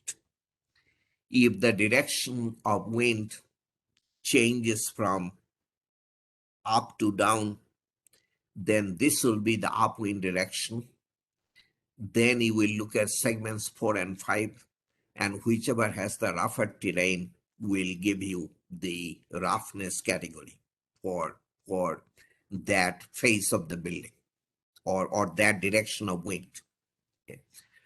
So we have defined in BNBC AC7 roughness categories. In AC7 they are B, C, and D. In BNBC they are A, B, and C. Okay. So roughness category A is urban and suburban areas, wooded areas, or other terrain with numerous closely spaced obstructions having the size of single-family dwellings or larger. So this is very basic and important. Your surface roughness A is urban and suburban areas, wooded areas, or other terrain with numerous closely spaced obstructions having the size of single-family dwellings or larger. Now, this is an American definition, single-family dwelling in Bangladesh. What it would mean, I don't exactly know. But anyway, if you read this and the AC7 commentary, you will have a pretty good feel. B is open terrain with scattered obstructions having heights generally less than 9.1 meters, that would be 30 feet. This category includes flat open country, grasslands, and all water surfaces in hurricane-prone regions. Okay, so B is flat open country. Category A is suburban. B is flat open country, grasslands, and wind coming over the water in cyclone-prone regions. Okay, that again has explanation, but I do not have time to go into that level of detail. C is flat, unobstructed areas and water surfaces outside cyclone-prone regions. Okay, so cyclone-prone regions you cannot have exposure roughness category C. The worst is B. Okay. When wind is coming over a large body of water that is not in a cyclone-prone region, then you have surface roughness C. This category includes smooth, mud flats, and salt flats, if you have any. Okay, so we have roughness categories A, B, and C. Then exposure categories A, B, and C are defined in terms of those roughness categories and upwind distance. So exposure category A shall apply where surface roughness A prevails in the upwind direction for at least 792 meters or 20 times the building height, whichever is greater. There is exception. But the point is that exposure category is defined in terms of roughness category and upwind distance over which that roughness category has to prevail. Exposure B is anything that is not exposure A or C. Exposure B is defined by default. That's the default exposure category, very important. Exposure C, in a way, is pretty messed up. So exposure C shall apply where surface roughness C prevails in the upwind direction for at least 1524 meters or 20 times the building height, whichever is greater. Up to that, there is no problem. This is how A was defined. Okay? So you have surface roughness C for a certain distance in the upwind direction, always upwind. Then it says, this is the confusing part, exposure C shall extend into downwind areas of surface roughness A or B for a distance of 200 meters or 20 times the building height, whichever is greater. So now it talks about extending downwind, and it is very, very confusing. So we got questions. So what downwind area? Let me skip this. So we found in 2009 IBC much better language. 2009 IBC made that sentence, the AC7 sentence that talked about downwind distance. 2009 IBC made that sentence more easily understood. The 2009 IBC did not use the term downwind areas and did not make reference to surface roughness A or B, but simply reads exposure C shall extend inland from the shoreline for a distance of 200 meters or 20 times the height of the building, whichever is greater. And this we have shown in a picture. So first of all, it has to be a large enough body of water.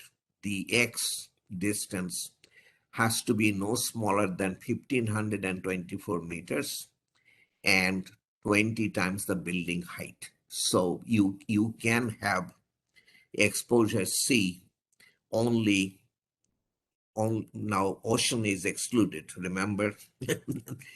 Ocean is not excluded. The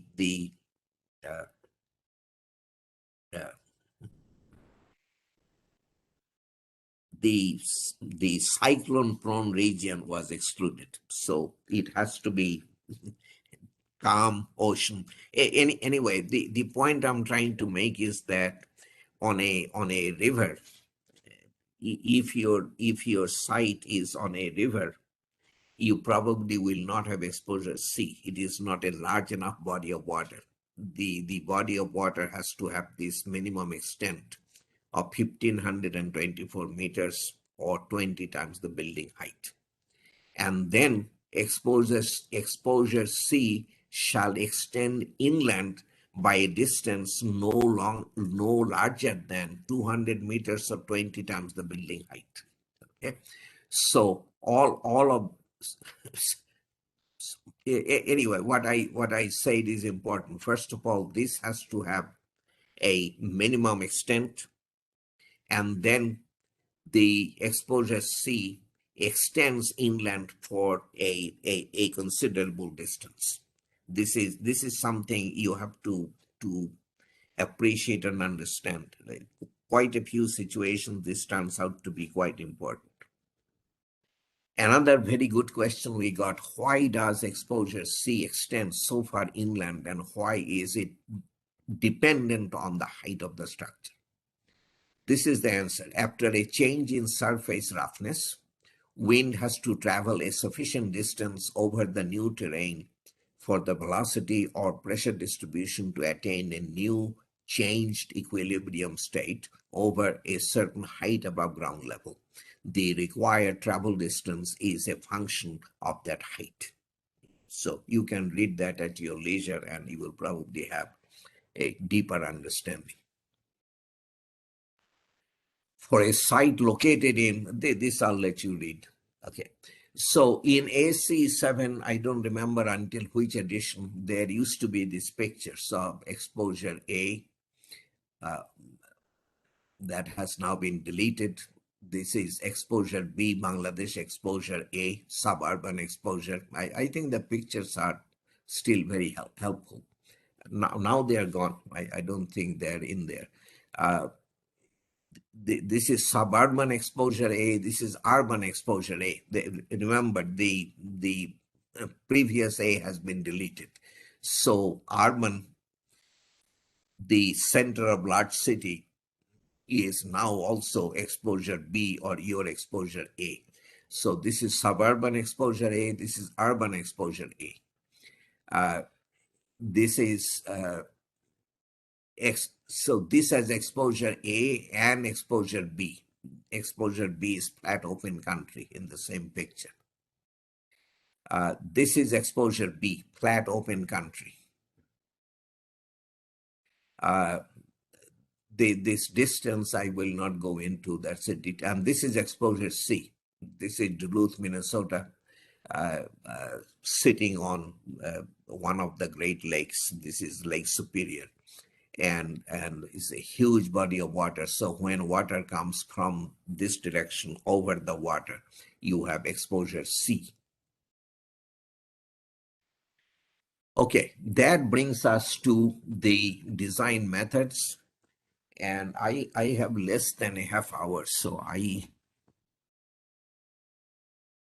do not exactly know. I kind of anticipated this, but I didn't come to any solution. Anyhow, You have 60 slides more left after this. yeah, I understand.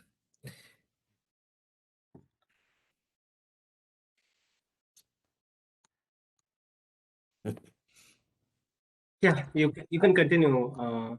Yeah, I Yeah. probably better continue. Somehow I thought of skipping the simplified procedure. Do not feel quite right. Let's try to get through and see what happens to the time. And maybe we'll stay after 11 for a little bit to answer questions. I don't know. So this method one, so-called simplified procedure of BNBC, is based on the low-rise analytical procedure, as we call it. And that is also in ASC7 BNBC. And you will see very distinct similarities between the two. Applies loads on projected areas as opposed to perpendicular to the roof. You know, if it is a pitched roof, the loads are applied on projected areas, restricted to the simplified procedure is restricted to low-rise buildings as defined in ASC7 or BNBC, simple diaphragm buildings.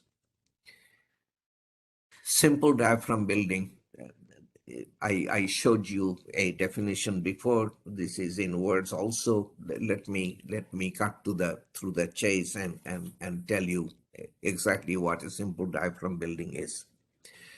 So this is a building where wind acts on the, let us say, this cladding panel of the building, okay, or on this. Yeah, cladding panel is probably the best. Yeah, so wind acts on this cladding panel, and the cladding panel bending between supports provided by this diaphragm and that diaphragm, the diaphragms at the two levels, transfers the wind to the diaphragms. Okay, so shear forces are, so that phase of the diaphragm goes into compression. That phase of the diaphragm goes into tension. There is in-plane bending of the diaphragm like that. Okay, and shear forces develop along faces of the diaphragm parallel to the wind. Those shears are transferred to the supporting frames or shear walls, which then take the loads, wind loads, down to the foundation and the ground underneath. So the wind being transferred from the point of application down to the ground through the floor and roof diaphragms, making this a simple diaphragm building. Most concrete buildings are simple diaphragm buildings. The masonry buildings also can be many times. Wood buildings, it probably are not most of the time. So anyway, simple diaphragm building is where the wind is transferred from the point of application down to the ground via the floor and the roof diaphragms. Okay. There are a number of important conditions under which the simplified design procedure is applicable. Building has to be a simple diaphragm building. Building has to be a low-rise building. I will show you a definition on the next slide. Building is enclosed. I have indicated what that means. Conforms to the wind-borne debris provisions, meaning that the glass is impact resistant. Okay, so enclosed buildings only. Building is regular shaped, and that is defined in section 213 of BNBC. Does not tell you much, but anyway, it's worth reading that definition. I didn't reproduce it. Building is not a flexible building. Okay, so the period is less than or equal to 1 second, not a flexible building. Very important. Low-rise building definition. Enclosed or partially enclosed building. An open building cannot be a low-rise building. Enclosed or partially enclosed building that comply with the following conditions. Mean roof height is less than 60 feet, 18.3 meters. It is also less than the minimum plan dimension. So if the minimum plan dimension is 40 feet, the height cannot exceed 40 feet. Okay, so it's an enclosed or partially enclosed building, mean roof height not exceeding 60 feet, nor exceeding the minimum plan dimension. Very important definition, low rise. So this simplified procedure is for low rise simple diaphragm buildings. And the rigid versus flexible, the rule of thumb, as I mentioned in the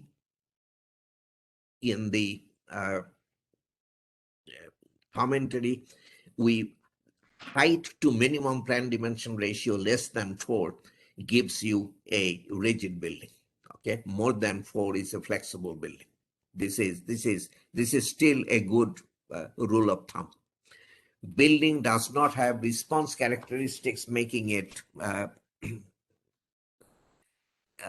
I will let you read number 6. Number 7, the building has an approximately symmetrical cross section. This is very, very important.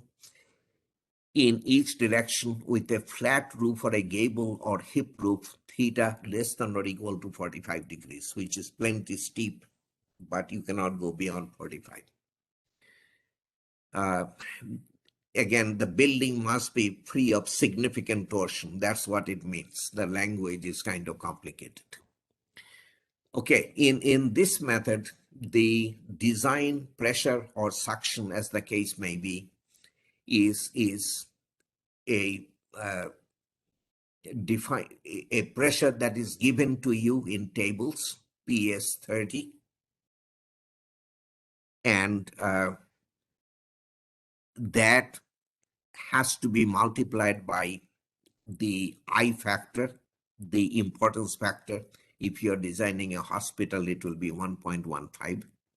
The K sub ZT factor if the structure is not on level ground. If it is up on a hill, K sub ZT shall apply. And the gamma is a conversion factor, because this method, I'll show you where.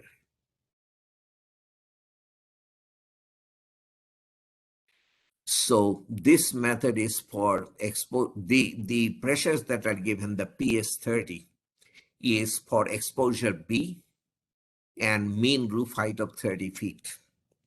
This is why it is called PS30. Okay? So that number is for exposure B and mean roof height of 30 feet. If you have exposure C, mean roof height of 60 feet above which you cannot go, the lambda factor will convert PS30 to the value that you should use. Okay, so it is as simple as that. A PS30 for exposure B and mean roof height of 30 feet, you multiply that by I, K sub ZT, and the lambda that converts PS30 to the right exposure and the right mean roof height. So simplified design pressures for main wind force resisting system represent, this is important, the net pressure, sum of internal and external, to be applied to the horizontal and vertical projections of building surfaces as shown here. For the horizontal pressures, P sub S is the combination of the windward and the leeward pressures. Horizontal, the internal pressure cancels out anyway. Okay. And the P sub S value that is given is the combination of the windward pressure and the leeward suction. So this is all you apply on the building. So on the roof, it would be net sum of internal and external pressure. Okay, so this is what is said here is very, very important, and I hope you are following. So horizontal, it is all you apply on the building, the sum of the pressure on the windward face and the suction on the leeward face. The internal pressure doesn't count, it cancels out.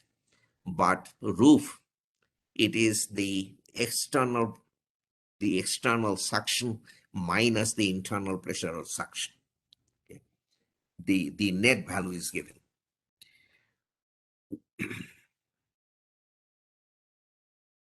Okay, wind shall be assumed to come from any horizontal. For the design of the longitudinal main wind force resisting system, use theta of 0 degrees, and I'll show you each.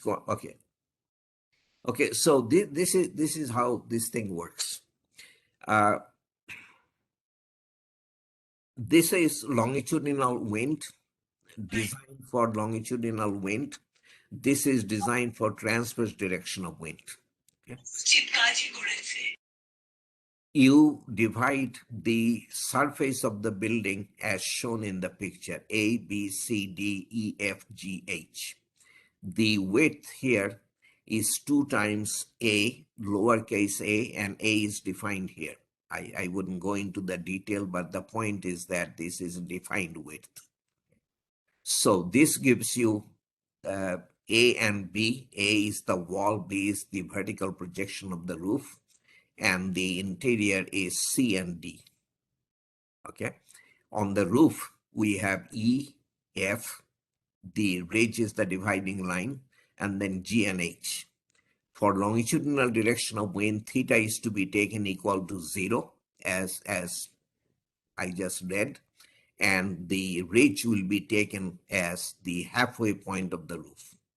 So this side, it is E and G. That side, the second half of the roof, it will be F and H. So once these areas are defined, A through H, you can get the pressures PS30 value from this table. Now this crucial table is missing from BNBC 2020. It is just not there. I think somebody found that out, or it was pointed out. Then in the gazetted version, BNBC 2020 actually refers you to figure 6-2 of AC 705 for determining PS30, this table. So the gazetted version tells you to go to AC 705 table 6-2, which is, or figure 6-2, which is what you are looking at for your PS30. So PS30 depends on the basic wind speed, the roof angle, and that's about it. You get the pressure or the suction on all those areas, A, B, C, D, E, F, G, H. Okay. The values are as pointed out for exposure B and mean roof height of 30 feet. So this is as direct as that. The horizontal pressures are, as I mentioned, what we apply on the building, the pressure on the positive, on the windward face minus the suction on the negative face. The vertical pressures consider positive as well as negative internal pressure. The AC7 BNBC, they talk about load case 1 and 2. You will never find a definition. So I put it here. Load case 1 means positive internal pressure. Load case 2 means negative internal pressure. This is very, very important. If literally nowhere will you find this specifically said, but that's the meaning. I found out kind of in a difficult, tortuous way.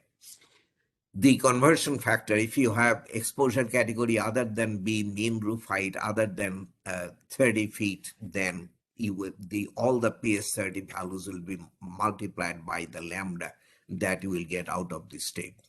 Okay, if you have a so exposure B is the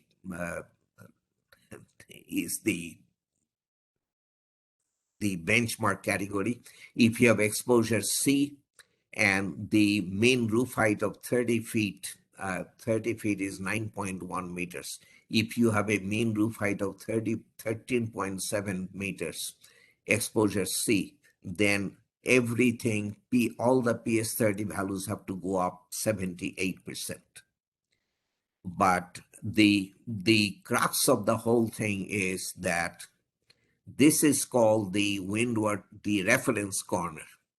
And the method tells you each corner of the building shall be taken as the reference corner in turn. If a building is doubly symmetric, then this turning is going to be unnecessary. You will get the same pressure distribution no matter what. If it is singly symmetric, you will turn it once and you are done. You will have all the information you need. But if it is not at least doubly symmetric, then the methods, the simplicity is lost. And so this is why at the beginning it said it has to be approximately symmetric or something like that. Okay. So this is as far as we go with the, there is nothing that I left out. Okay. Method 2 is the so-called analytical procedure, which is the original procedure from 1972 onwards for rigid buildings of all heights. Actually, these two pages are probably repeat of what has already been discussed or what is to come. So let me start with even this has been covered. So the velocity pressure we have talked about, and the load factor. So this has been okay. So let's start here. This is the analytical procedure in steps. One is you find design wind speed by going to figure 621 of BNBC, and you will see the map in a second. And I showed it to you already earlier. You find wind directionality factor by going to table 6.2.12. You find importance factor by going to table 6.2.9. For each wind direction, you have to have exposure category, and then the case of Z factor, the combined height and exposure coefficient. They're calling it velocity pressure exposure coefficient. So let's look at some of that. The wind velocity will come from this map. As I pointed out, the values range from 41.4 meters per second to 80 meters per second. So anyway, the value comes from this map and the velocity is in meters per second. Also, to make your life easier, every significant community has been listed in this table. So if you want design wind speed for Dhaka, all you have to do is locate Dhaka and it tells you 65.7 meters per second. You don't even have to go to the map. So this is additional help that is provided to you. Directionality factor comes from this table, and for all buildings it is 0.85. I don't know that I need to go any further than that. Importance factor, which changes the wind speed from 50-year return period to 100-year or 25-year return period. So for 100-year return period, the importance factor is 1.15. To go down to 25-year return period, if you are in the interior, it is 0.87. If you're in the cyclone-prone region, it is 0.77. And there are reasons for the difference that if there are questions, I will get into. Otherwise, I will leave it there. The combined height and exposure coefficient, K sub Z, which at the mean roof height level is K sub H. I showed you the expression for it. K sub Z is equal to that.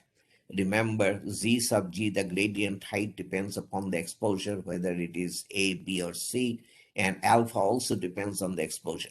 Okay, both are given in this table. Alpha, remember, is 7, 9.5, or 11.5, and the gradient heights are 213, 274, 366. Anyway, you can use that equation, or for your convenience, up to 152.4 meters, 500 feet, the values are tabulated for you so that you don't have to calculate. You will get the same values both ways. Okay. Tabulated values you will have to interpolate between the heights that are given. I personally prefer to just go to the equation and calculate my K sub Z. K sub Z at the mean roof height level is K sub H.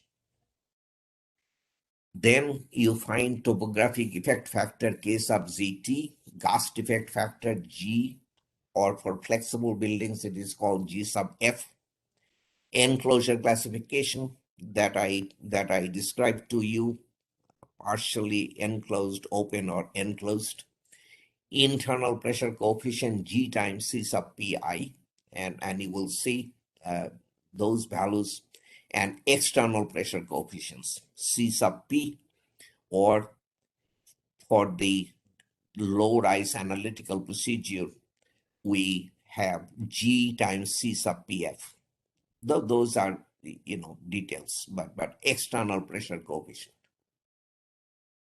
The K sub ZT, the topographic effect factor, as I said, this is the most complicated one. It is made up of three factors, K sub 1, K sub 2, K sub 3, which are determined from this table and those figures. I have no way of going into that.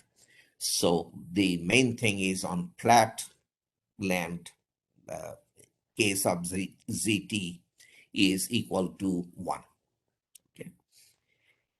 G, the gust effect factor, as mentioned repeatedly for rigid structures, G is 0.85. For flexible structures, you have to calculate G. I mentioned 13 equations and how much of a pain it is to calculate G for flexible buildings, but there is really no alternative. It does not, nowhere does AC7 tell you that for flexible buildings to be conservative, you can take a G factor of 1.5 or anything like that. You have to calculate, unfortunately, if you have a flexible building with fundamental period exceeding 1 second. Okay, much of what we are doing is repeat. That is the, how should I say, that's to be expected. I discussed the building blocks that give us the design procedure Now we are putting it all together in our design. Okay, so enclosure classification. I described the classification to you: open, enclosed, partially enclosed. The technical definitions are given here. I am going to skip them because they in my mind are not as important as the definitions that I gave you. Okay, so the technical definitions are in terms of how much opening you have on the face of the building receiving positive pressure, and how many openings you have in the entire building envelope. So that this is an open building, typical open building. You see, it's not a building, but this is an open building by ASCE 7 definition, and this is an enclosed building by ASCE 7 definition. I absolutely want you to see both pictures.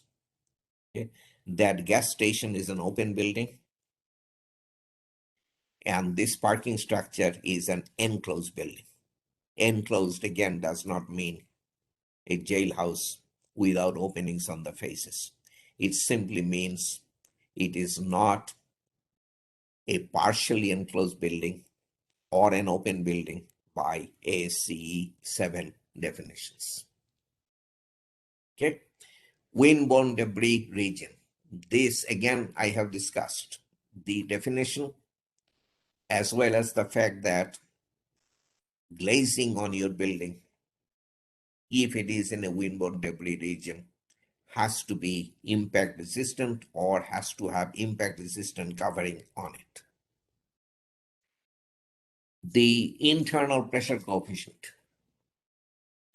depends very much on your enclosure classification. Open building, wind simply passes through, there is no internal pressure buildup. G times C sub pi is equal to 0. Partially enclosed building, look at that, jumps up to plus minus 0.55. Enclosed, as you'd expect, is in between. Enclosed is not an extreme. So there is open building, partially enclosed building. Open is 0, partially enclosed is plus minus 0.55. Enclosed building is somewhere in between. It is neither open nor partially enclosed, and the value is plus minus 0.18. I want you to appreciate this. Enclosed is closer to open than to partially enclosed. Okay, and again, most buildings we design are enclosed, and an engineer sometimes goes through a lot of trouble to keep from getting classified as partially enclosed. This is why it's roll down doors. Somebody may claim that it is not an opening. We have instructions in place that it will be closed, and that kind of shenanigans go on. But anyway, these values are kind of important. If you have a large internal volume for a partially enclosed building containing a single unpartitioned large volume, internal pressure coefficient G times C sub pi can be reduced a little bit, and that is a detail that is unimportant.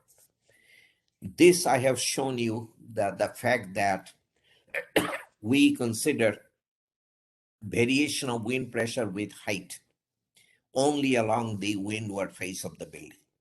On all the other faces, irrespective of roof shape, we have constant suction most of the time. Sometimes on the windward roof we may have pressure, but all evaluated at the mean roof height level and constant values.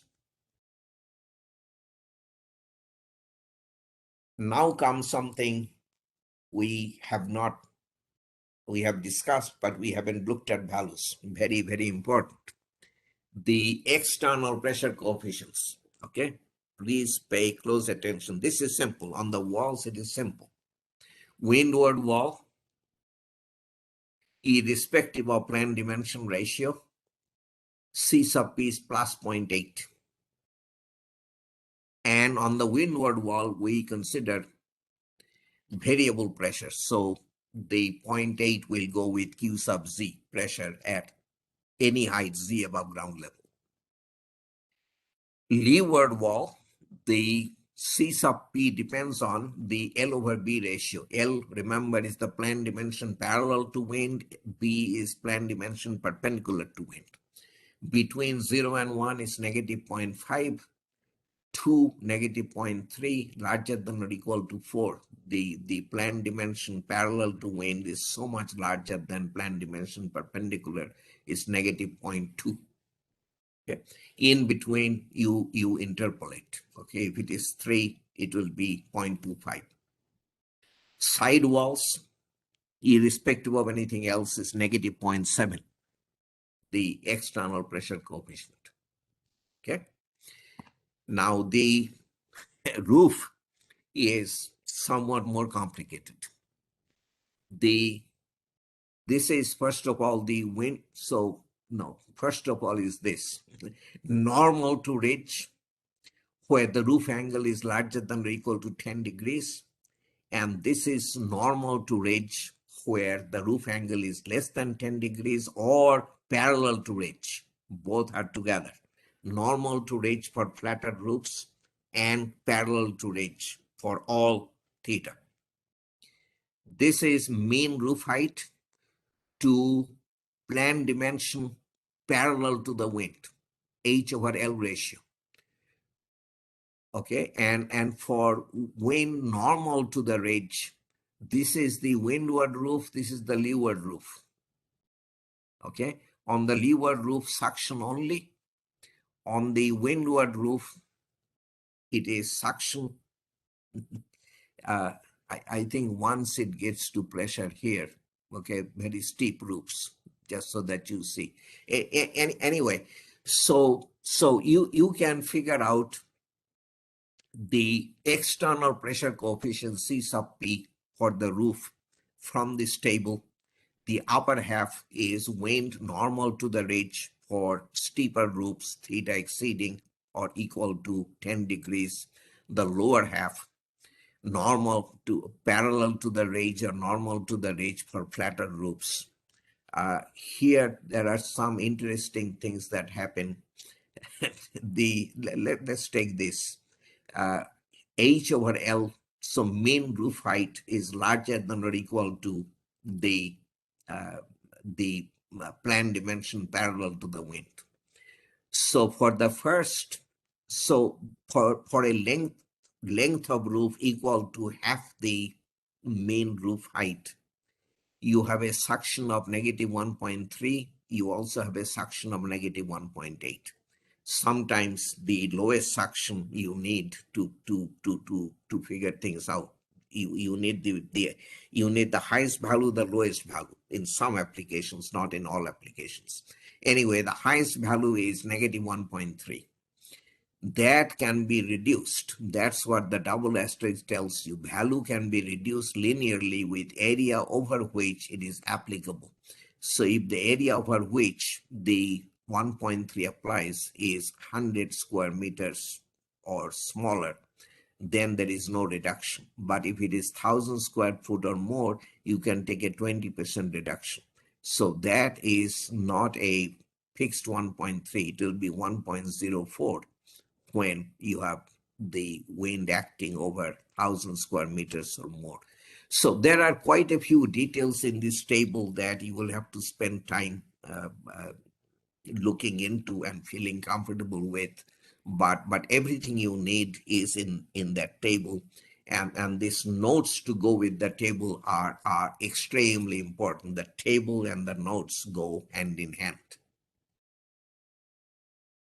Okay, the low-rise analytical procedure is one thing that I'm going to skip. It is pretty similar to the simplified procedure that we looked at. I don't think there is any, you will have any problem if you look at the 3 slides that I'm skipping, figuring out what is happening. Okay, so that's low-rise analytical procedure for low-rise buildings. Okay, so the next step is figure out the velocity pressure Q. So remember 000613 V squared K sub Z, K sub ZT, K sub DI. We have all the factors by now. We have looked at all of them. Okay, so at this stage we should be able to calculate Q. Now this is now the bottom line. Okay, and I may or may not get through every line on the next slide, but this one I do want to cover. So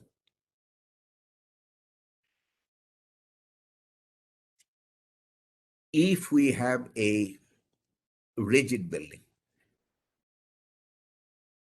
irrespective of height, okay, the analytical procedure itself doesn't really have a height limit on it.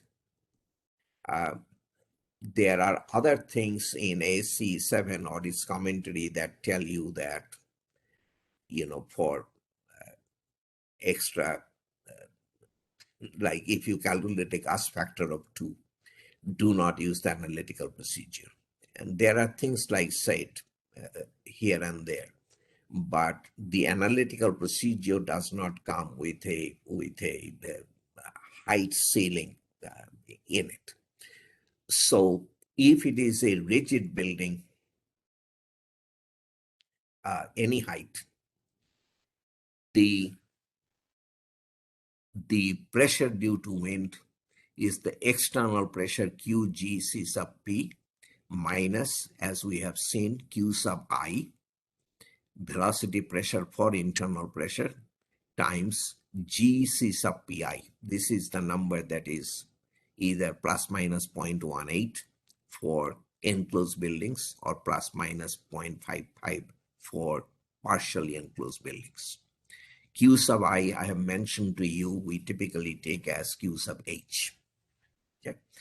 So when we are designing the overall building, the horizontal pressure, the internal pressure term cancels out, doesn't matter. What we apply on the building is positive pressure on the windward face minus the suction on the leeward face. Okay, but if we are designing the roof or the roof members, then we apply this equation as it is. And remember, we have to consider positive internal pressure as well as negative internal pressure. Okay. Now, if it is a low-rise building, remember, mean roof height not exceeding 60 feet, nor exceeding the minimum plan dimension. And it is not an open building, it is enclosed or partially enclosed. The low-rise analytical procedure is what I skipped. In that procedure, even on the windward face, we do not take Q sub Z, variable wind pressure. It is all Q sub H, all faces. Okay, and the G times C sub P is now G times C sub PF. Okay, it is a lumped together value that is given in the tables that I skipped. And the internal pressure term is as before, no change from here to there. Okay, this is what is different for this part, is different for low-rise buildings, the so-called low-rise analytical procedure. The low-rise buildings you can design by that procedure, absolutely allowed.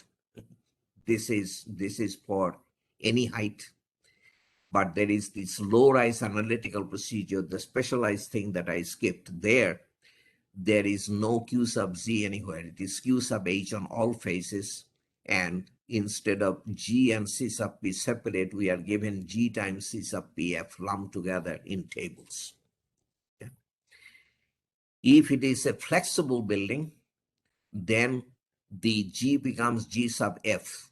and that's about the only change. This is a calculated, remember, gust factor that will be very painful to calculate unless you have a spreadsheet or something in your design office. And then for parapets, the there is a g times c sub pn given, uh, which you multiply by the velocity pressure at the top of the parapet. Okay, so that is some detail that you will have to look up. What I just said is probably not sufficient, but there is a separate coefficient c sub pn that I wanted to draw your attention to. Now, for components and cladding, uh, I am tempted to tell you to uh, basically read it by yourself.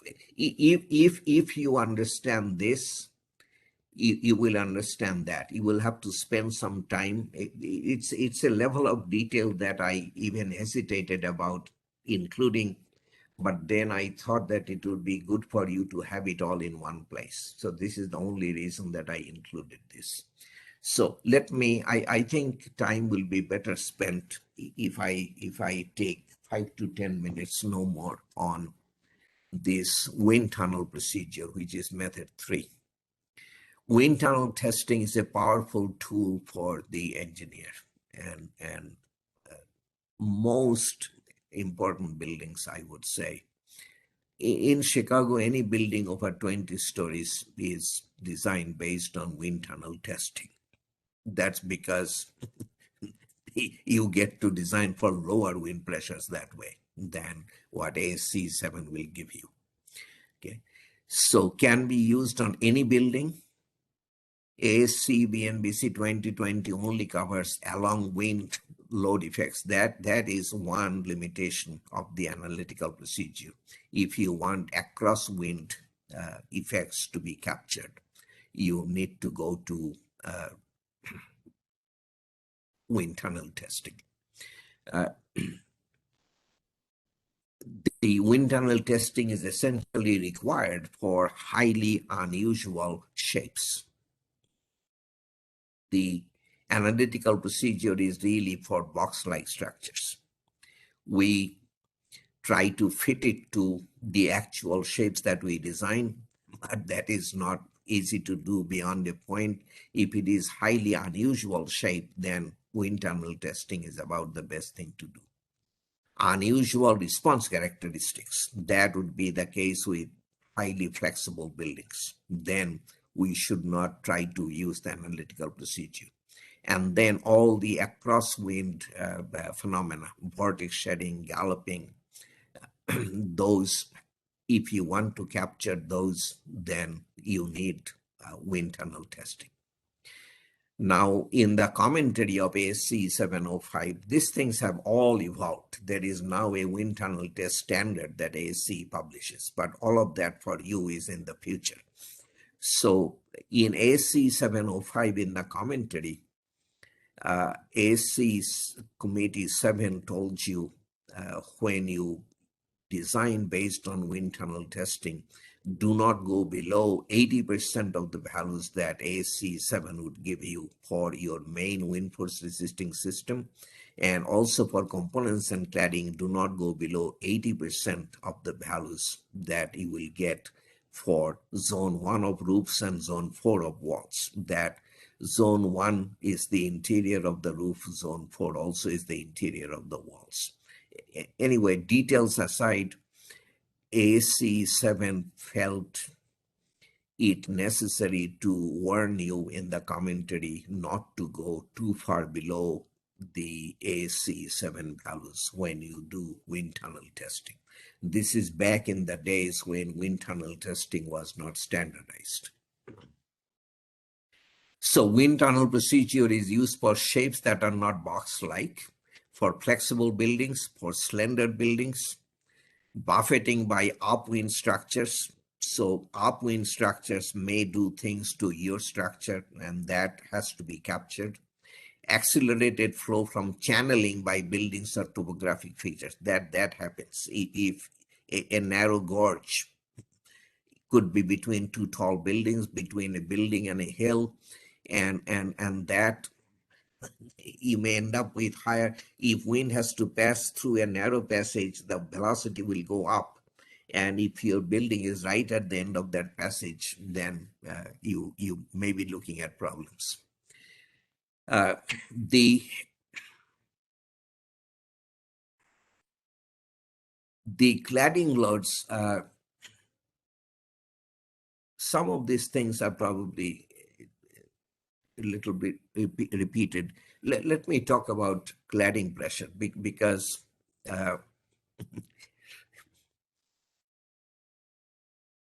there is design of the cladding itself, and then there is design of the cladding, of the connection between the cladding and the structure, which is more important in many ways. And for both, you need the wind suction on the cladding. The best way to get that is through wind tunnel testing. And it is used pretty widely for that purpose. Even though the structure may be regular, you don't particularly need wind tunnel testing for the design of the structure. Considering the cladding and its importance, that the importance of having the cladding connected to the structure in a severe wind event, wind tunnel testing is done just to figure out the cladding pressure. So that is not at all uncommon. And wind tunnel allows you to simulate the actual wind pattern.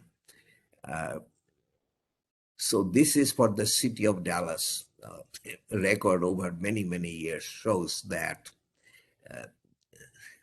you see what it shows. Depending upon the direction, the wind speed increases or decreases, and this you can simulate in the wind tunnel. It's very, very difficult to analytically do so.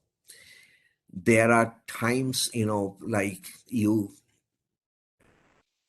go through two tall buildings or even enter a tall building, you feel the wind. If you have loose clothing on, the clothing wants to come off. There is pedestrian comfort, people who are walking around tall buildings, and all of those things can be figured out beforehand, before the structure goes in place, by proper wind tunnel testing. So this gives you reasons why wind tunnel test results typically comes out to be less than given by ASC 7 analytical procedure. I have a few pictures that you may find of interest, and that's after that I quit. So this is the building that is being tested in the wind tunnel. Typically that building will be modeled very, now in wind tunnel testing, the scaling down of the buildings is the most important thing. So you typically do not test only the building, but essentially the neighborhood, because the neighboring buildings affect wind flow on your building. And you also can play what if scenarios. What if this neighboring building were to disappear 5 years from now? What if another building would come somewhere in that vicinity 5 years from now? So you can you can take one of, anyhow, this will be made of a different material, heavily instrumented. All the neighboring buildings will be to proper scale, but they are of inferior material, cheaper material, and not instrumented. Okay. The carpet simulates the roughness of the terrain, and you can change the wind velocity, and by rotating the models you can change the wind direction. Okay, this whole thing will be on a table or something that is possible to rotate. So these are the basics of wind tunnel testing. This is Jack Cermak, one of the pioneers of wind tunnel testing. Uh, okay, so this is the same thing. The building that is being designed and the neighborhood all scaled for wind tunnel testing. This is a power station right on the side of a gorge. There is absolutely no way to design something like that without wind tunnel testing. This is the you remember in front of the loop. I.M. Pei designed this pyramid, and this is the wind tunnel testing of the pyramid together with the older structures, including the loop. So this is kind of a historic picture, but this was the basis of the design of that very important new pyramid. So that gives you at least a very basic idea of what can be done and is done with wind tunnel testing. So hopefully, as I said, it is tough in 2.5 or 3 hours to cover this enormous subject, but hopefully this has been beneficial. Thank you. I'll stay for I don't know, maybe 15, so up to 10 after 11 to answer your questions. Thanks, Dr. Ghosh. Yeah, like most of the questions I answered. Good. Well, I will start with the ones that I didn't. Mm. Um, okay. What should be the connection detailing between the periphery brick wall to MWFRS steel and RCC buildings? So you are talking about brick cladding on concrete or Yeah. steel buildings.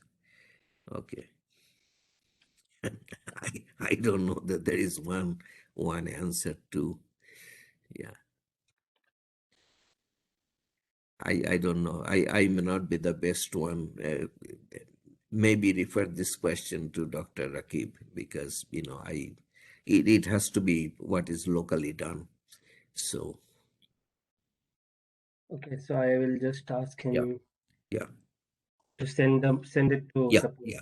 Send it to him. I think he will be Okay, okay, his answer will be more beneficial. okay. Do we need to apply load on wall based on solidity ratio of for an open building? Read that again. Do we need to apply load on wall based on solidity ratio for an open building?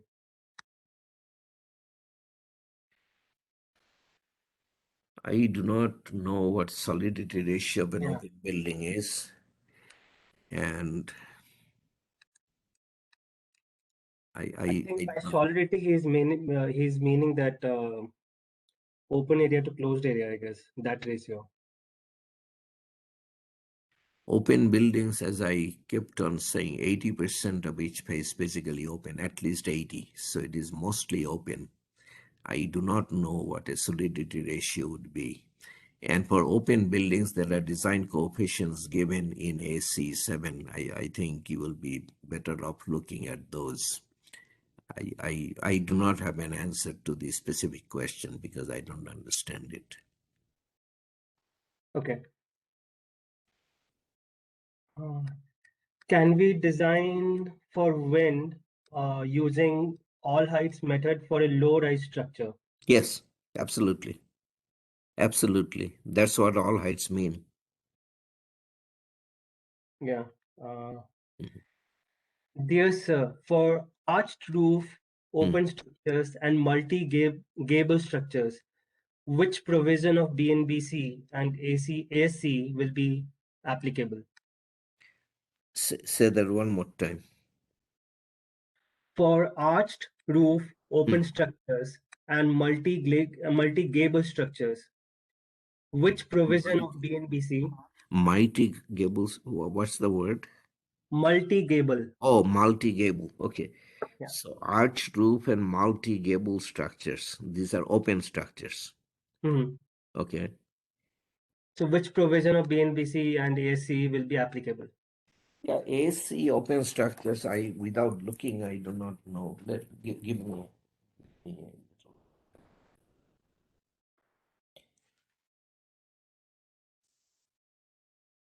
I these things come once in a while, so it's difficult to remember.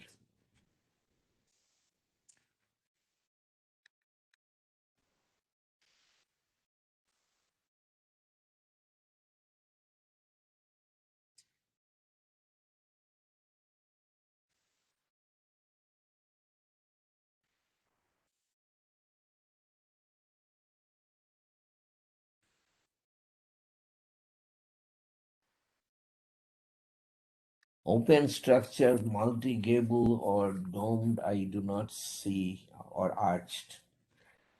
At least offhand, I do not see uh, given in AC 705. Enclosed, partially enclosed, there is domed roof. Anyway, it is pretty easy to take a look at what AC7 has, and the same is true of BNBC. If it is not there, then I things have been added in subsequent editions of AC7. I can look there if anything has been added, and this we can communicate to you.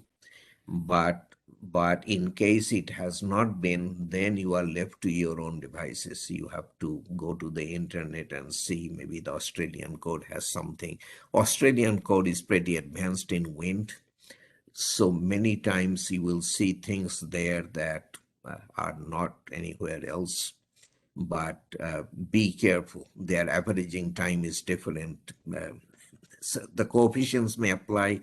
Some of the stuff you have to be careful in importing. So with that little caveat, I would suggest that you will probably need to look at a place like that. This is not something you can figure out. You somebody has to have researched it and come up with numbers.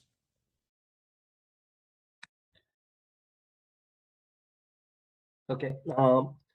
So AC75 wind load cases with torsional load effects Mhm. Mhm. makes the wind load complicated. Yes. Can you tell me how it will be applied in buildings? Yeah, this I didn't even go into today. The 3 hours I had a lot of decisions to make. Anyway, unfortunately, and again, because of the addition, I do not know. We started out by requiring that buildings beyond a certain height be designed for 4 different load cases, and the idea was to have wind-induced torsion. One of the load cases is half the face of a building loaded with full wind and half the face not loaded at all with wind. Then pretty quickly, the requirement was extended to buildings of all heights, not just tall buildings. ASC 705 probably, by ASC 705, we probably were already there. So every building, at least theoretically, has to be designed considering the 4 load cases. But then there is an appendix that has been developed. Which appendix is it? Appendix D, is it?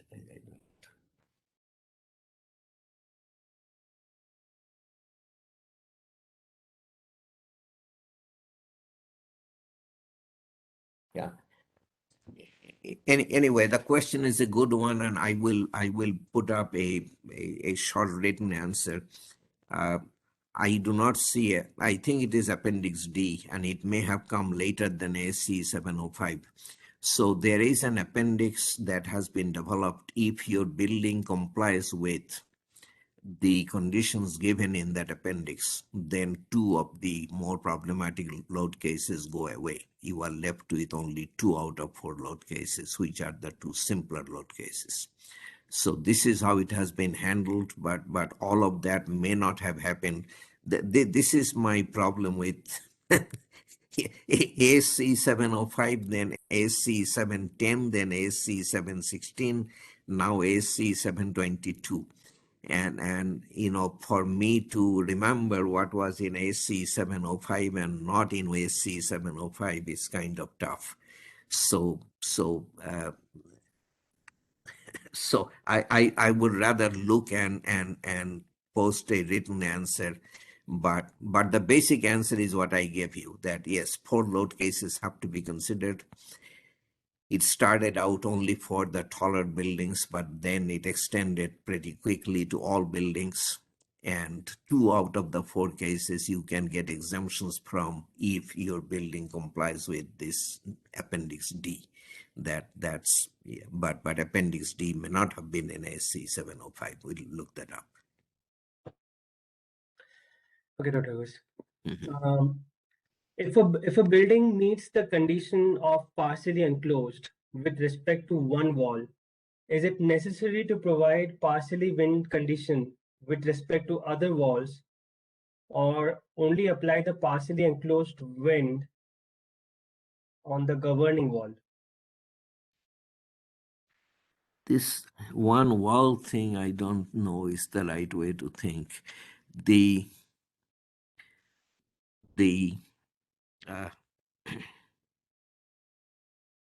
Let me think for a second.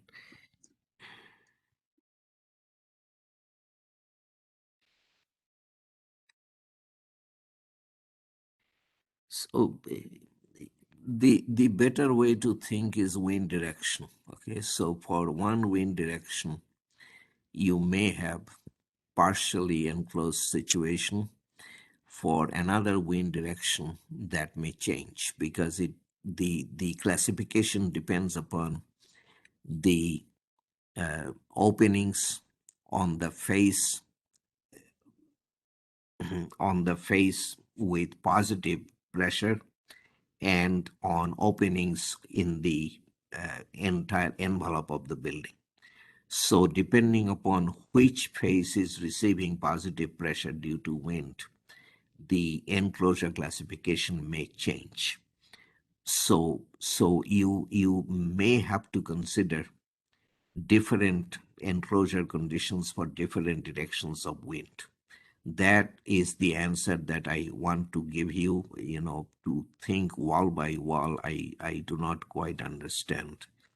Maybe it makes sense, but I have to I have to see that. I do not know.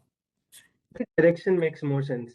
No, it is that the direction definitely is the way the requirements are framed. It is always by definition the wall receiving positive pressure. So how many openings are on that wall versus how many openings are in the total envelope. That's what defines the enclosure classification. So it definitely is dependent on the direction of wind. Okay, so moving on. If we calculate the net pressure at any level of a building, what is the effect of positive or negative internal pressure? As we know, the sum of internal pressure will be 0 because it works in the opposite direction in leeward and windward side.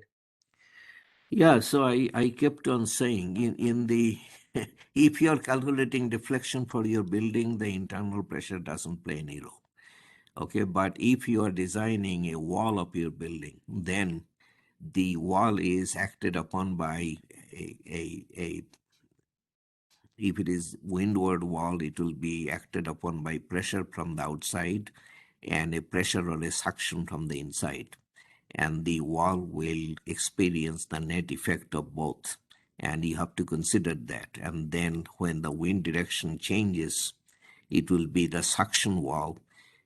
So you have to consider all. So what I'm trying to say is that uh, you have to consider different wind directions, but in the design of the components, whether it's the wall or the roof or whatever, you have to consider both the external pressure and the internal pressure, because the component will feel the net effect of both. So overall design of the building, internal pressure goes away, but in the design of the components of the building, internal pressure does play a role. Right. So one question there is, what is the best software for wind tunnel testing? So I would just rephrase it, like, can we use software for wind tunnel testing? Software for wind tunnel testing, what does it mean?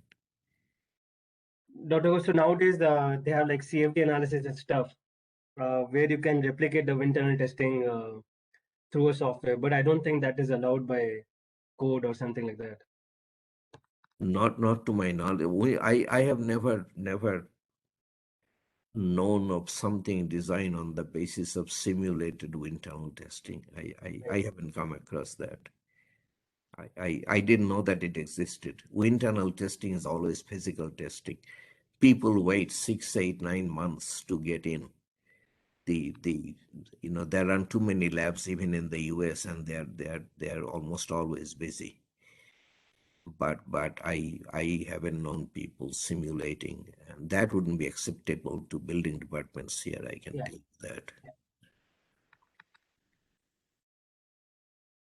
In structural, second, let me rephrase it. We detail for seismic loads, but why don't we have special detailing for wind loading? It's very simple. We we design our structures to remain elastic under the design wind forces. We design our structures to go inelastic deliberately under the design seismic forces.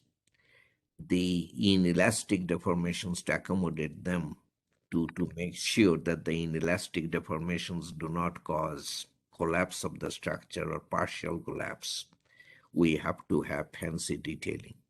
As long as structure is elastic, we do not need fancy detailing. So it is very basic but very simple. And this is something you always need to understand. Wind design and up until now is elastic.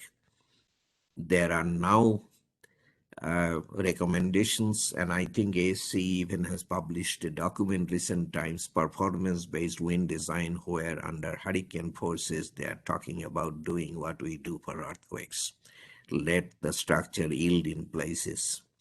But that is definitely in the future, okay, not now. Wind design so far is elastic.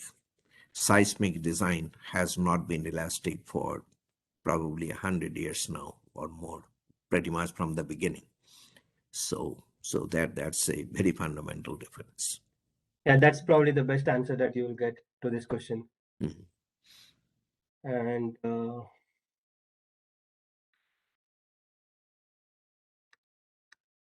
this is also very fundamental. If calculated gust factor is greater than 0.85, can we reduce wind load factor of 1.6 in load combinations? Say that again.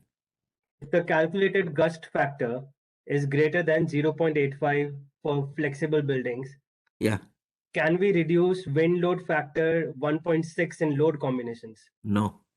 One has nothing to do with the other. I don't even understand how the question arises. I don't know. No, answer is no.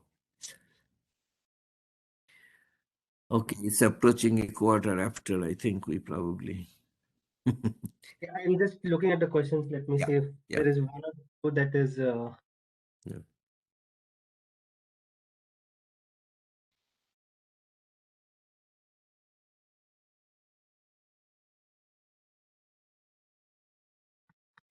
Wind design is not an easy subject. It's it's Room two also, Dr. Bose.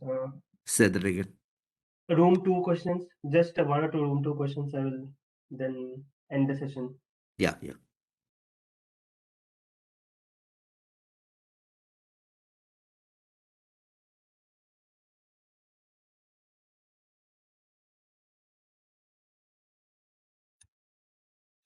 there are no formula in BNBC to calculate time period T for wind analysis, but That there is are true. some. This is what I tried to point out. This is why I brought in AC 710. So the formulas are in AC 710 in the main body, or if you have AC 705, the formulas are in the commentary. But BNBC is based on AC 705, not the commentary, so the formulas are not in BNBC. So you can use the formulas from the slides or go to AC 710 or AC 705 commentary. Yeah, there is one more question about solidity ratio. So I don't know if Yeah, there must be something that I don't know about. I have heard the term, but I don't know what it is. maybe in BNBC they have defined something. I have asked them to mail support. We can ask Dr. Rakib about it. Yeah. Okay, Dr. So I think most of the other questions you have already covered in your presentation, and I have replied to a few of them. So let's end our session today. It's already 15 minutes past the time. Yeah. Okay. Yes. So, and yeah, Okay. thank you for such a wonderful presentation on wind. Wind is a very difficult subject to cover. Yeah, it is a tough subject. Yeah. Yeah, Yeah. so But hopefully, it was. I obviously couldn't cover everything, like those load cases I deliberately left out. But I think this is a good overview. So, right. Yeah, everything in wind it becomes more complicated. The more you go into the subject, it yeah, will become more complicated. yeah, So yeah. yes.